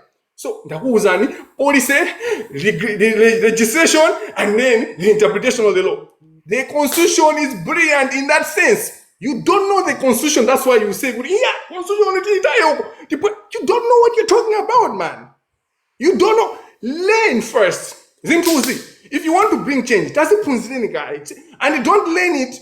My theories, my conspiracies. Don't learn things, systems through conspiracies. Sit down. I, Alexius Kamangira, I've lived in Malawi my whole life. I've only lived out of Malawi 3 years or 4 years. You can't, I'm turning 35 this year. You can't challenge me just because in the Punja, you don't know what you're talking about. Now, let me come to another thing why the constitution is one of the best. There's a chapter. So, ndakamba zijadu ndikuyambira section 1 kufika section 15. Akuzani kuti tuzinto zinazipanga study. I've studied these things for years. Section 15, the what we call the Human Rights Charter, the Human Rights Dispensation. Pama bwera no maufulu onse aja. Kuzafika section 47 section 47 pama bwera no institutions osiyana zose zija zili embedded in there. I think ndakuuzani how brilliant the constitution is. Now, constitution ija it speaks to each other. So the provision it connects many branches of government and how it's wanted. The president is the head of the executive, the head of the whole machinery. So amabanga solidi, parliament amabanga solidi, then Maro Oceana as the head of state. Amabanga leads the whole institutions and the limitations. The president does not have absolute power. Palika picture the president has absolute. They don't. That's why APM was told to president. He doesn't have absolute power. Abwana Kamdi. Munakamba za section 119. But you did not read section 119. I can challenge you because I can tell that you do not read section 119. Section 119, I will read for purposes of accountability. It says, section 119, subsection 3, Imagambaza impeachment the president may by instrument under the public oath, and in consultation with the Judicial Service Commission, remove from the office of the judge. So it starts from the president. So the president,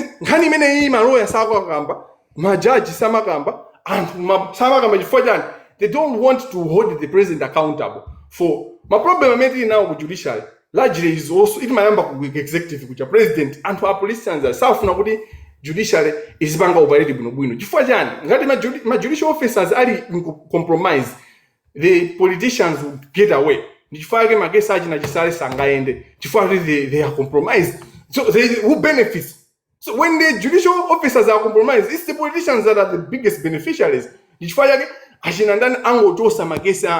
And we are watching like that and all that. So there is a systematic system ya corruption imewenda ku Malawi. Kuma TV system ya constitution is na ibanga replace. Ndeti mayangana ku system ya corruption mena constitution is still bwino. You can't talk about democracy if there's no rule of law. So you can't talk. So you and here the problem the democracy. Which democracy? We haven't experienced democracy because you only experience democracy if ngari president waba amangide president uja kaya within wakatuluka mja amangide koma president angata amene aba kumalawi kuja osamangidwa achina chakwera usajama. Why are we not the failure of acting rule of law? You can you do not read section 119.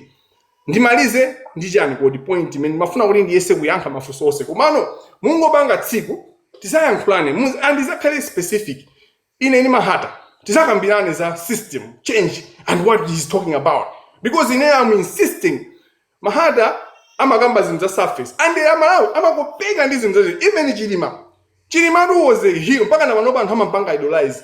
But when you speak to Chilima, when you analyze Chilima was very surface.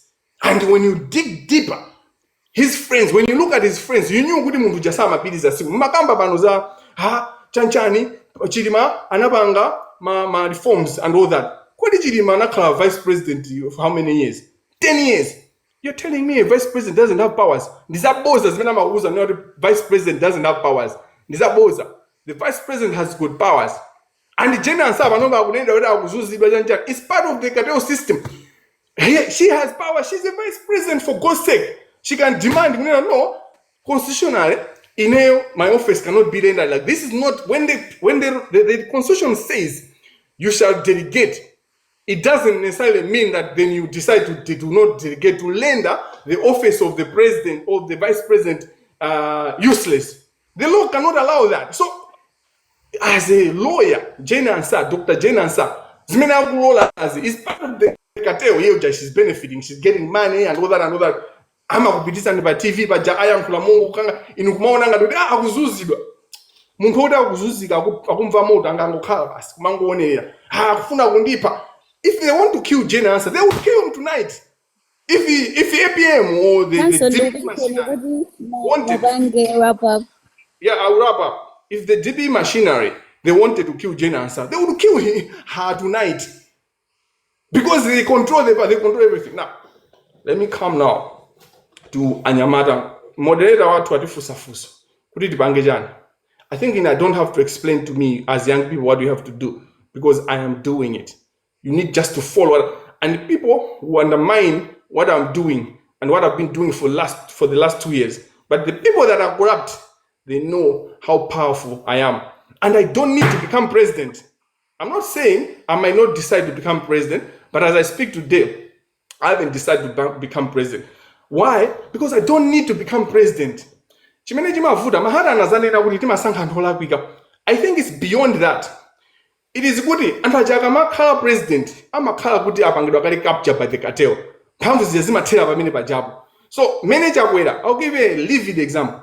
When Jaguera was going to Galumbiri Sidwa, Anaguera Galmuria Sata, and I can tell you from evidence, Jaguera did not know what Galmuria was Sata. So by the time Mina Mazastika Galimodo Jamina Malumbira Abandedi Sinti, Katangariat, Abana to Galimodo, Minimuna agent Yasata, Amada Muso to Mena Majoka, UK, Ndege Janabanga High and Sata. So he's captured. So he can't fight the same people. The issue is not basically the person, it's the system. What we need to change is the system. Funa, you need to Funa Mahata. Mahata might be misleading people. And the people are too excited. Mahata is my personal friend.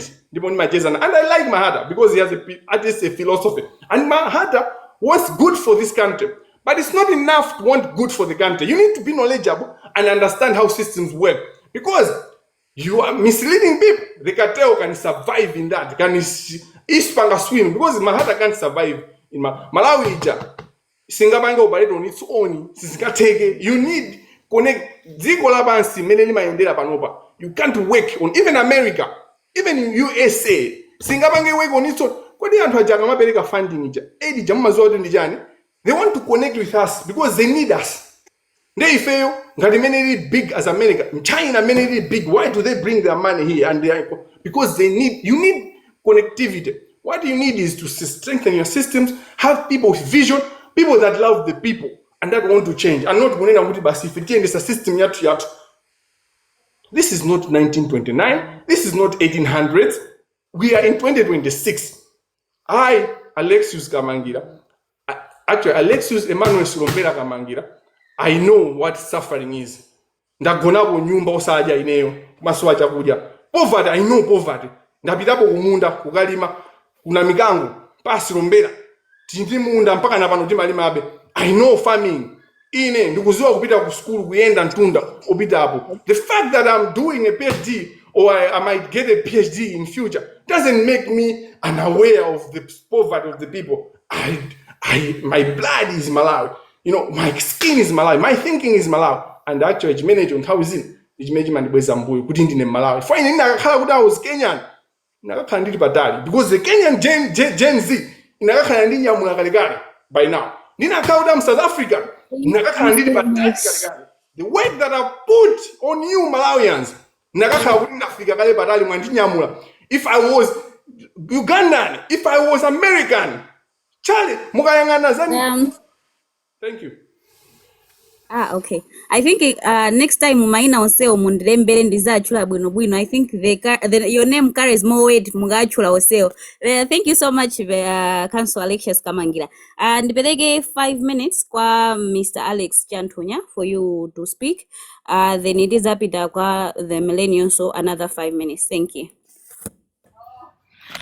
Chambirira,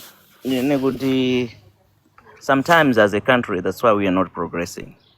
Because sometimes maona ngarunina kuti anthu amene ndimakhulupirira kuti anthu amene anapita kunja kapena amakhala maiko akunja amaonanso nthawi zina zinthu zina mosiyana ndi mmene zinthu zina zikuchitikira ku Malawi.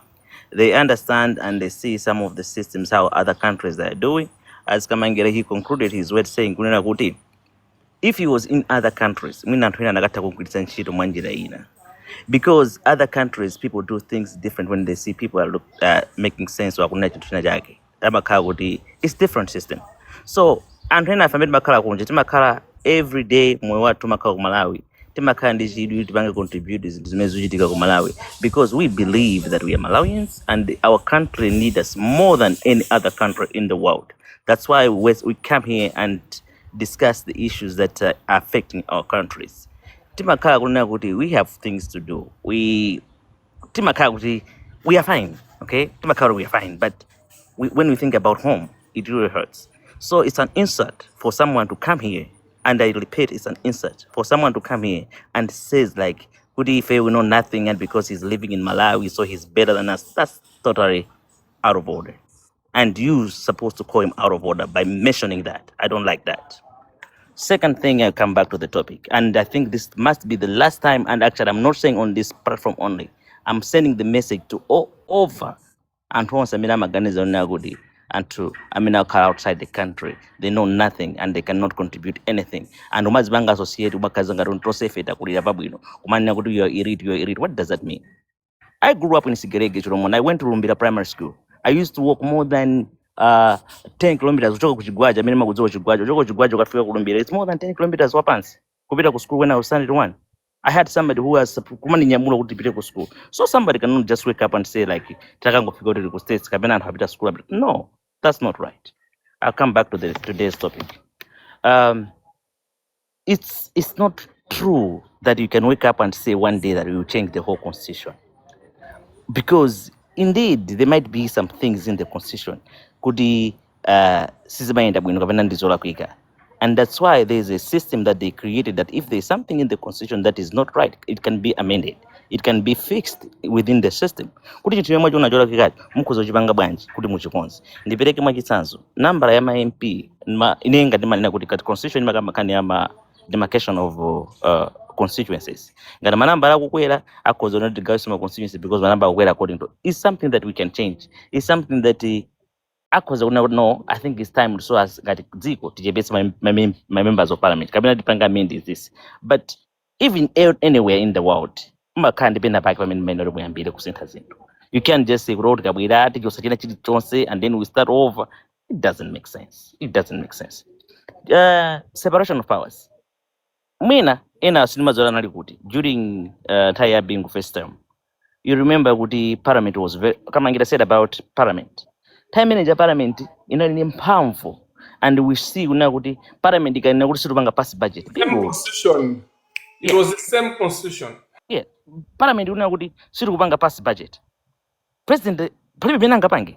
And amakhala ni manthu makhala mpani panunda kuphwanya malamulo apange spending ndalama yaboma.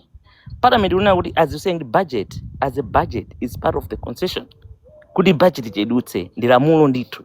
You remember late George Ngantaf, may he so rest in peace. They were saying the same things. Amakani mphamvu. So nkhani yonena kuti anthu akuyenera adziwe zimene angathe kuchita. Anthu akuyenera adziwe akakhala kapa some position akuyenera kudziona kuti if I have got this position, what am I supposed to do at that position? Right? Like judge akansankha chief of justice wa court. Kodi iyeyo akhoza kukhala mpasa mphamvu zija koma iye akugwira ntchito bwanji ali pa mpando amaopa akugwira ntchito yake amene because even if mwampatsa munthu olina kuti ngati sakudziwa zimene akuyenera kuchita things cannot work. But now you can say kuti constitution inakuitsa kumpatsa munthu champhamvu. No, munthu janapatsidwa mphamvu but he's not doing the right things. So as much as I can say there's a lot of things in the country that malamulo mwina zina zake zimakhala zikulakwika. You can't be perfect in everything, but we need also to learn from other countries how they are doing other things and imene akuchitira kunotoka tingapanga amende bwanji kuti tipite chitsogolo. And the other thing that I have said that I see as a person kunena kuti is the same constitution imati tikampanga munthu ja point a president amakhala mphamvu zompanga munthu a point akapanga point kodi munthu ja akhala kuti sakupanga perform. Is the problem of the president or is the problem of the person that is being appointed? And then ngati munthu chomapangidwa point sana mwina pali njira zina president akhoza kunsankha inspector general of police amene akapangidwa confirm ku parliament because there's separation of powers.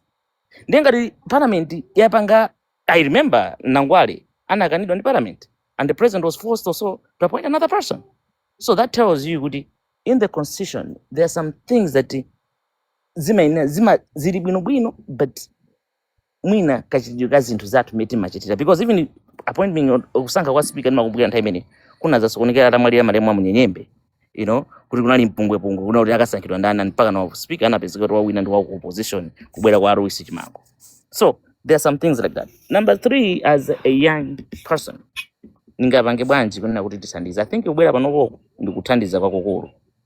Kubwera nkupanga present our ideas. Kunena kuti tingapange bwanji. Nkhani ikulu ndiyo ngofuna kuti mwina anthu tizikhala ni nthawi as citizens of the republic kuti phunzire kunena kuti kodi dziko lathu limayenda bwanji.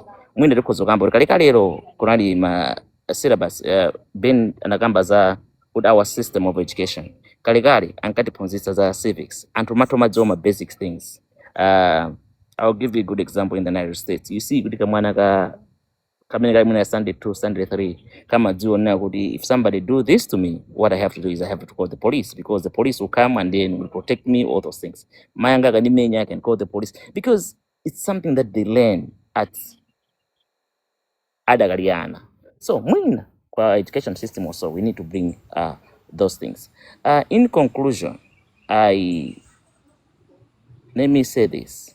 It is very important, and I like how Mahata put it, saying kuti aliyense amakhala opinion yake pa zinthu zimene akuzoonera.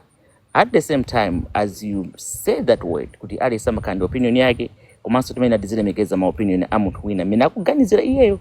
Ngati iwe sizikuganiza choncho, that does not mean timene akuganiza munthu wina ndizopusa kapena sakudziwa zimene akukamba. So in that way, I will repeat, we need to come and respect each other when we are making such kind of statements. I think for now, let me stop there. Right, thank you so much. The Millennial Chaplain, ndokupa sani 5 minutes yana. Thank you. Alright, Shoyamba, and this my concluding remarks, as well as the what zimenanga pange wachinyamata Malawi wina aliyese. Ndimafuna ndipangeko echo point imene wanena chantunya to say kunena kuti let's not downplay the people that are in diaspora. The people that are in diaspora overall, tikayangana track record, have been the most contributors ama changes ambiri ku Malawi kuno, be it the constitution, you talk of and amene amabwera kudzagwira ntchito kuno. Munthu akakhala kunja pa nature ya culture ya ku Malawi, timanena anthu amene tili kumudzi kumanena kuti akuti apita kunja thandizo lathu lidzichokera umene. Sometimes we even stress them over the demands of life, kuwapanga shoulder responsibility yoti samala kuno kumudzi. Penanso timapanga overdo it, mwina kuwapangaso abuse ndi thandizo limene anzathu amene ali ku diaspora amatithandiza. So I'm not condemning anyone, but I'm just emphasizing on that point. Going forward, I think topic hii chimene ndapanga note kwambiri nchonena kuti there was a thin line that was not separated between the constitution as well as the governance system. Izi ndiziwiri zosiyana.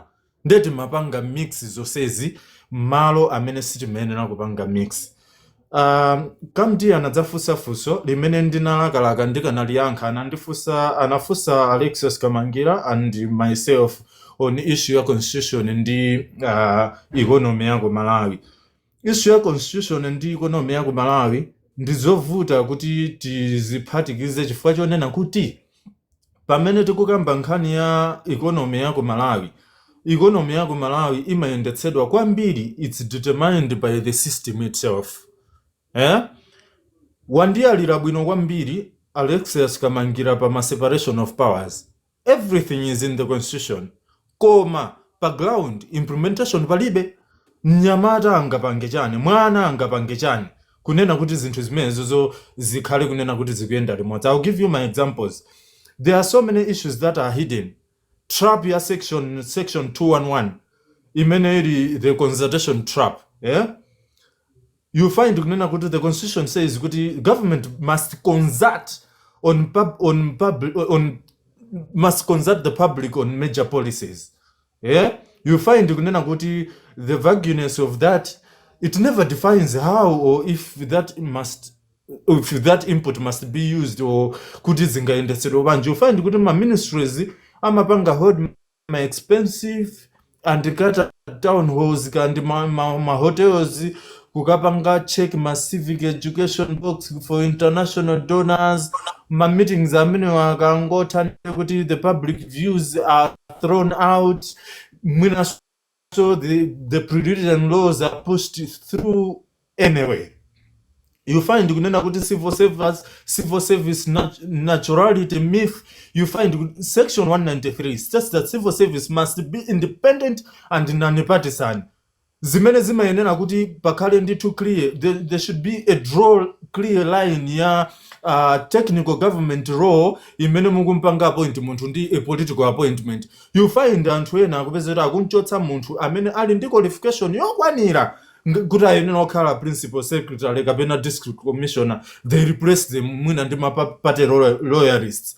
Those are the things that must be checked, which means kutsogolo titha kupanga attain that productivity ma appointed positions ama public service office bearers. Now mukachoka pamenepo mupita ku national policy escape hatch imene ili ku chapter 3. Now you find kuli welfare development, welfare kandi ma health rural infrastructure. You find kuti mankhwala asokonekera mwina chifukwa cha corruption ya anthu, mankhwala kulibe. You do not penalize the Ministry of Health for violating your rights to health, but the system legally shrugs its shoulder and blames budget constraints, instead rendering the state accountability option, which is chimene tikufuna ngati Malawi. Constitution yathu ikupereka ndithu mandate yonena kuti these public office bearers, they are supposed to be accountable. Koma the system, as Alexius is putting, has been captured by a cartel, and this cartel ndi imene ikupangitsa kunena kuti parliament yathu singapereke oversight yomutchinga president simply because iwo also ali ndi more like it's more like Mr. Marinho ndikupemphani kuti mupange wako your time. Okay, that's fine. I should say here nikunena kuti my MPs athu, they have let us down. The August House has let us down kwambiri chifukwa choti zambiri zimene zikubwera apa zionena kuti kubwere ma checks and balances zimene wanena Alexius ngati budget whatsoever, kulibe ma audit kumene kuja anthu aja, they have been bought, apangidwa captured ndi the same system imene kukayambira kumutu kumene kwanenedwa kale kuja. Now you go ku interpretation ya constitution kandi ya law whatsoever, mukapita ku judiciary panopa is not the judicial system that Malawi was supposed to have. It has been captured, is corrupt. Izi tiyeni tidzizinena poyera. Malawi wina aliyese wachinyamata akuyenera adzipanga participate kuyambira koma ADCs pa grassroots, adzidziwa choyenera dera lake kuti likufunika chani, osati kumalola ma politicians adzibwera ndi makampeni adzitinamiza zawo. Amakhala kunena kuti they are able to manipulate ma voters aja simply because they do not have the structure pa ground paja. We need to demand the services that we are supposed to have in our respective areas. Zinthu zimene ifeyo tikungokamba pamwamba koma kumudzi kuja kulibe anthu kumene kuja tonse tachokako takhala mtown. Nobody is going back there to say kunena kuti izi zichitike. Look at the MPs, most of the MPs sakhalaso kumudzi. They just go there with a rubber stamp ya campaign tu yao ya mafuta anyama paka anthu nyama akuja oka. So these are the things, as everyone has said, we need to up ourselves. Wake up, let's go to the ground, let's work. Titatha kuphunzitsana, titatha kupanga ma research, titatha kudziwa kodi knowledge imene tanyamulayo tikupanga nayo chani. We need to do that in our individual perspective, in our individual capabilities. We need to do something for our nation. All right. I hope you are done. Thank you so much, Mr. Millennial. Ndipereke no kompata, I think omaliza kwa Mr. Phunziro Mvula ndikupasa 5 minutes yana. Please take the floor. Mr. Phunziro Mvula, are you there? Right. Thank you very much. Ineo Network yanu sili bwino simukumveka. Constitution yathu ili bwinobwino. Needs to Can mute you hear them. me there? Someone needs to. Can you hear me now? Bula, we can hear you perfect. Koma wina wake akwena apange Manena mute. kuti ine am of the opinion na kuti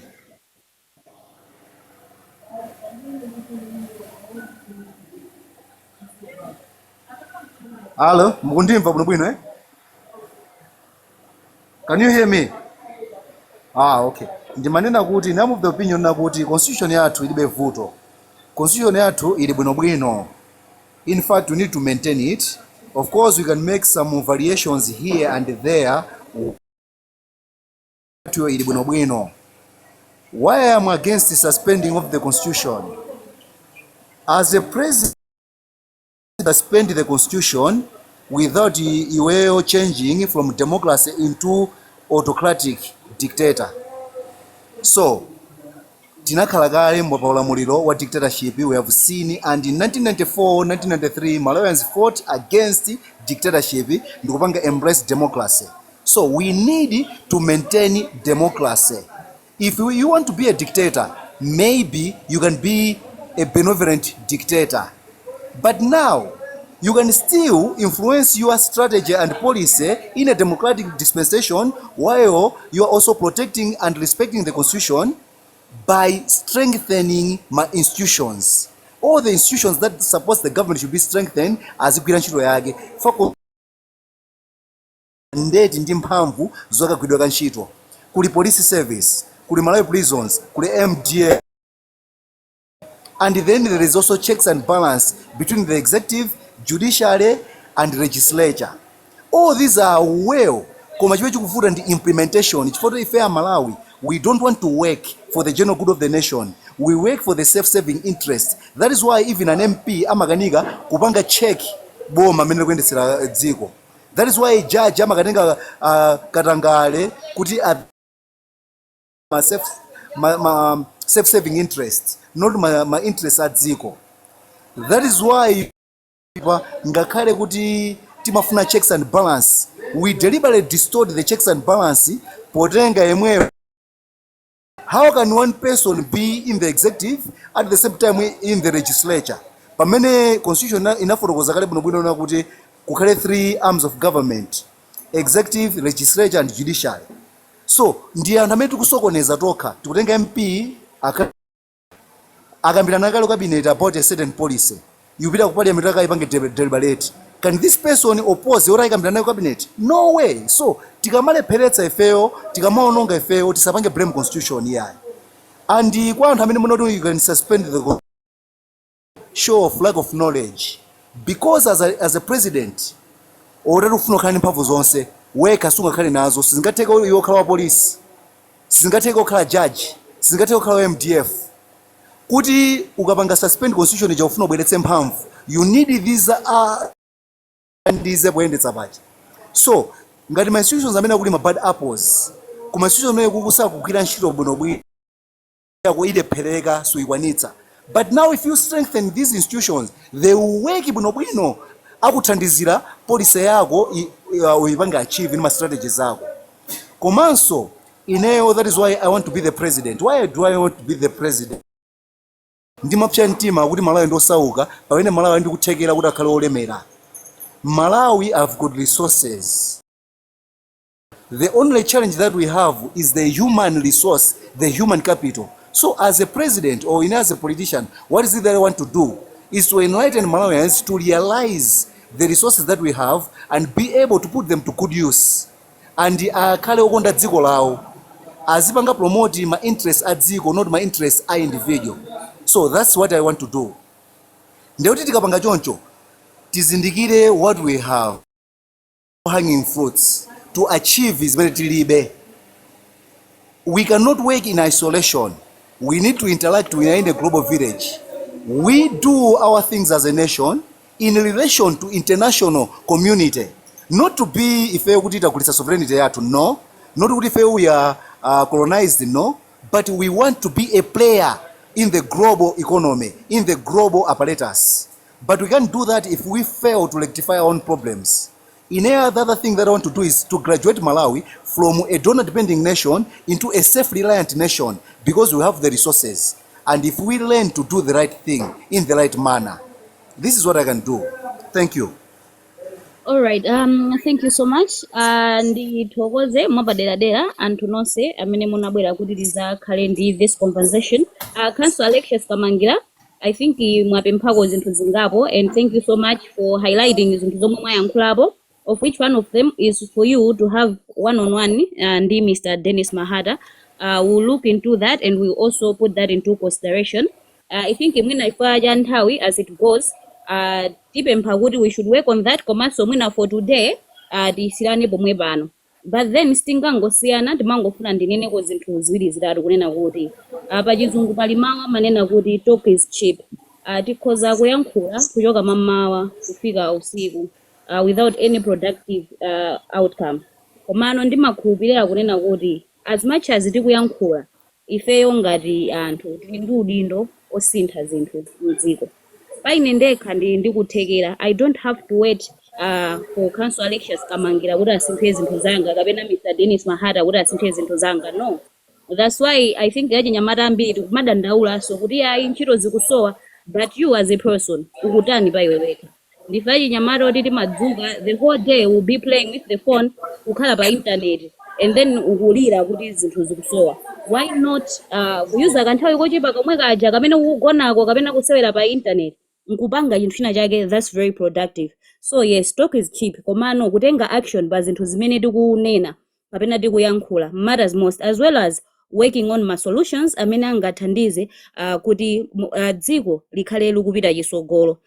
Ndithokoze mwapaderadera Council Alexius Kamangira, Mr. Dennis Tandwe Mahata, Alex Chanthunya, Mr. Camden Kanzunguza, osaiwalanso the millennial chaplain komanso Mr. Phunziro Mvula, chifukwa kuti munasiya everything that we are doing nkubwera kuzakhala nafe pano pa TD Bar. Pano pa TD Bar we pour ideas inside the bar. We believe kunena kuti conversation ina iliyonse ndiyofunikira, ndipo conversation ina iliyonse deserves a solution by the end of the day. Kuchokera ku timu ya TD Bar ndikuthokozeni nonsenso amene munabwera kuzaonera the conversation here. Zikomo kwambiri, mukhale ndi madzulo opambana. May you be protected, may you stay safe. Thank you, up until we meet next time. Bye. Muripatsa conclusion. Maina mulipatsa dwani ya conclusion. Because mujamu timanka mafuso ano. Makapeleka ka 1 minute ka conclusion ali yesu. Got 2 minutes. I think I second that as well. I think 1 minute or 2 should be fine to have a Eugene. So I'm still not going to conclude.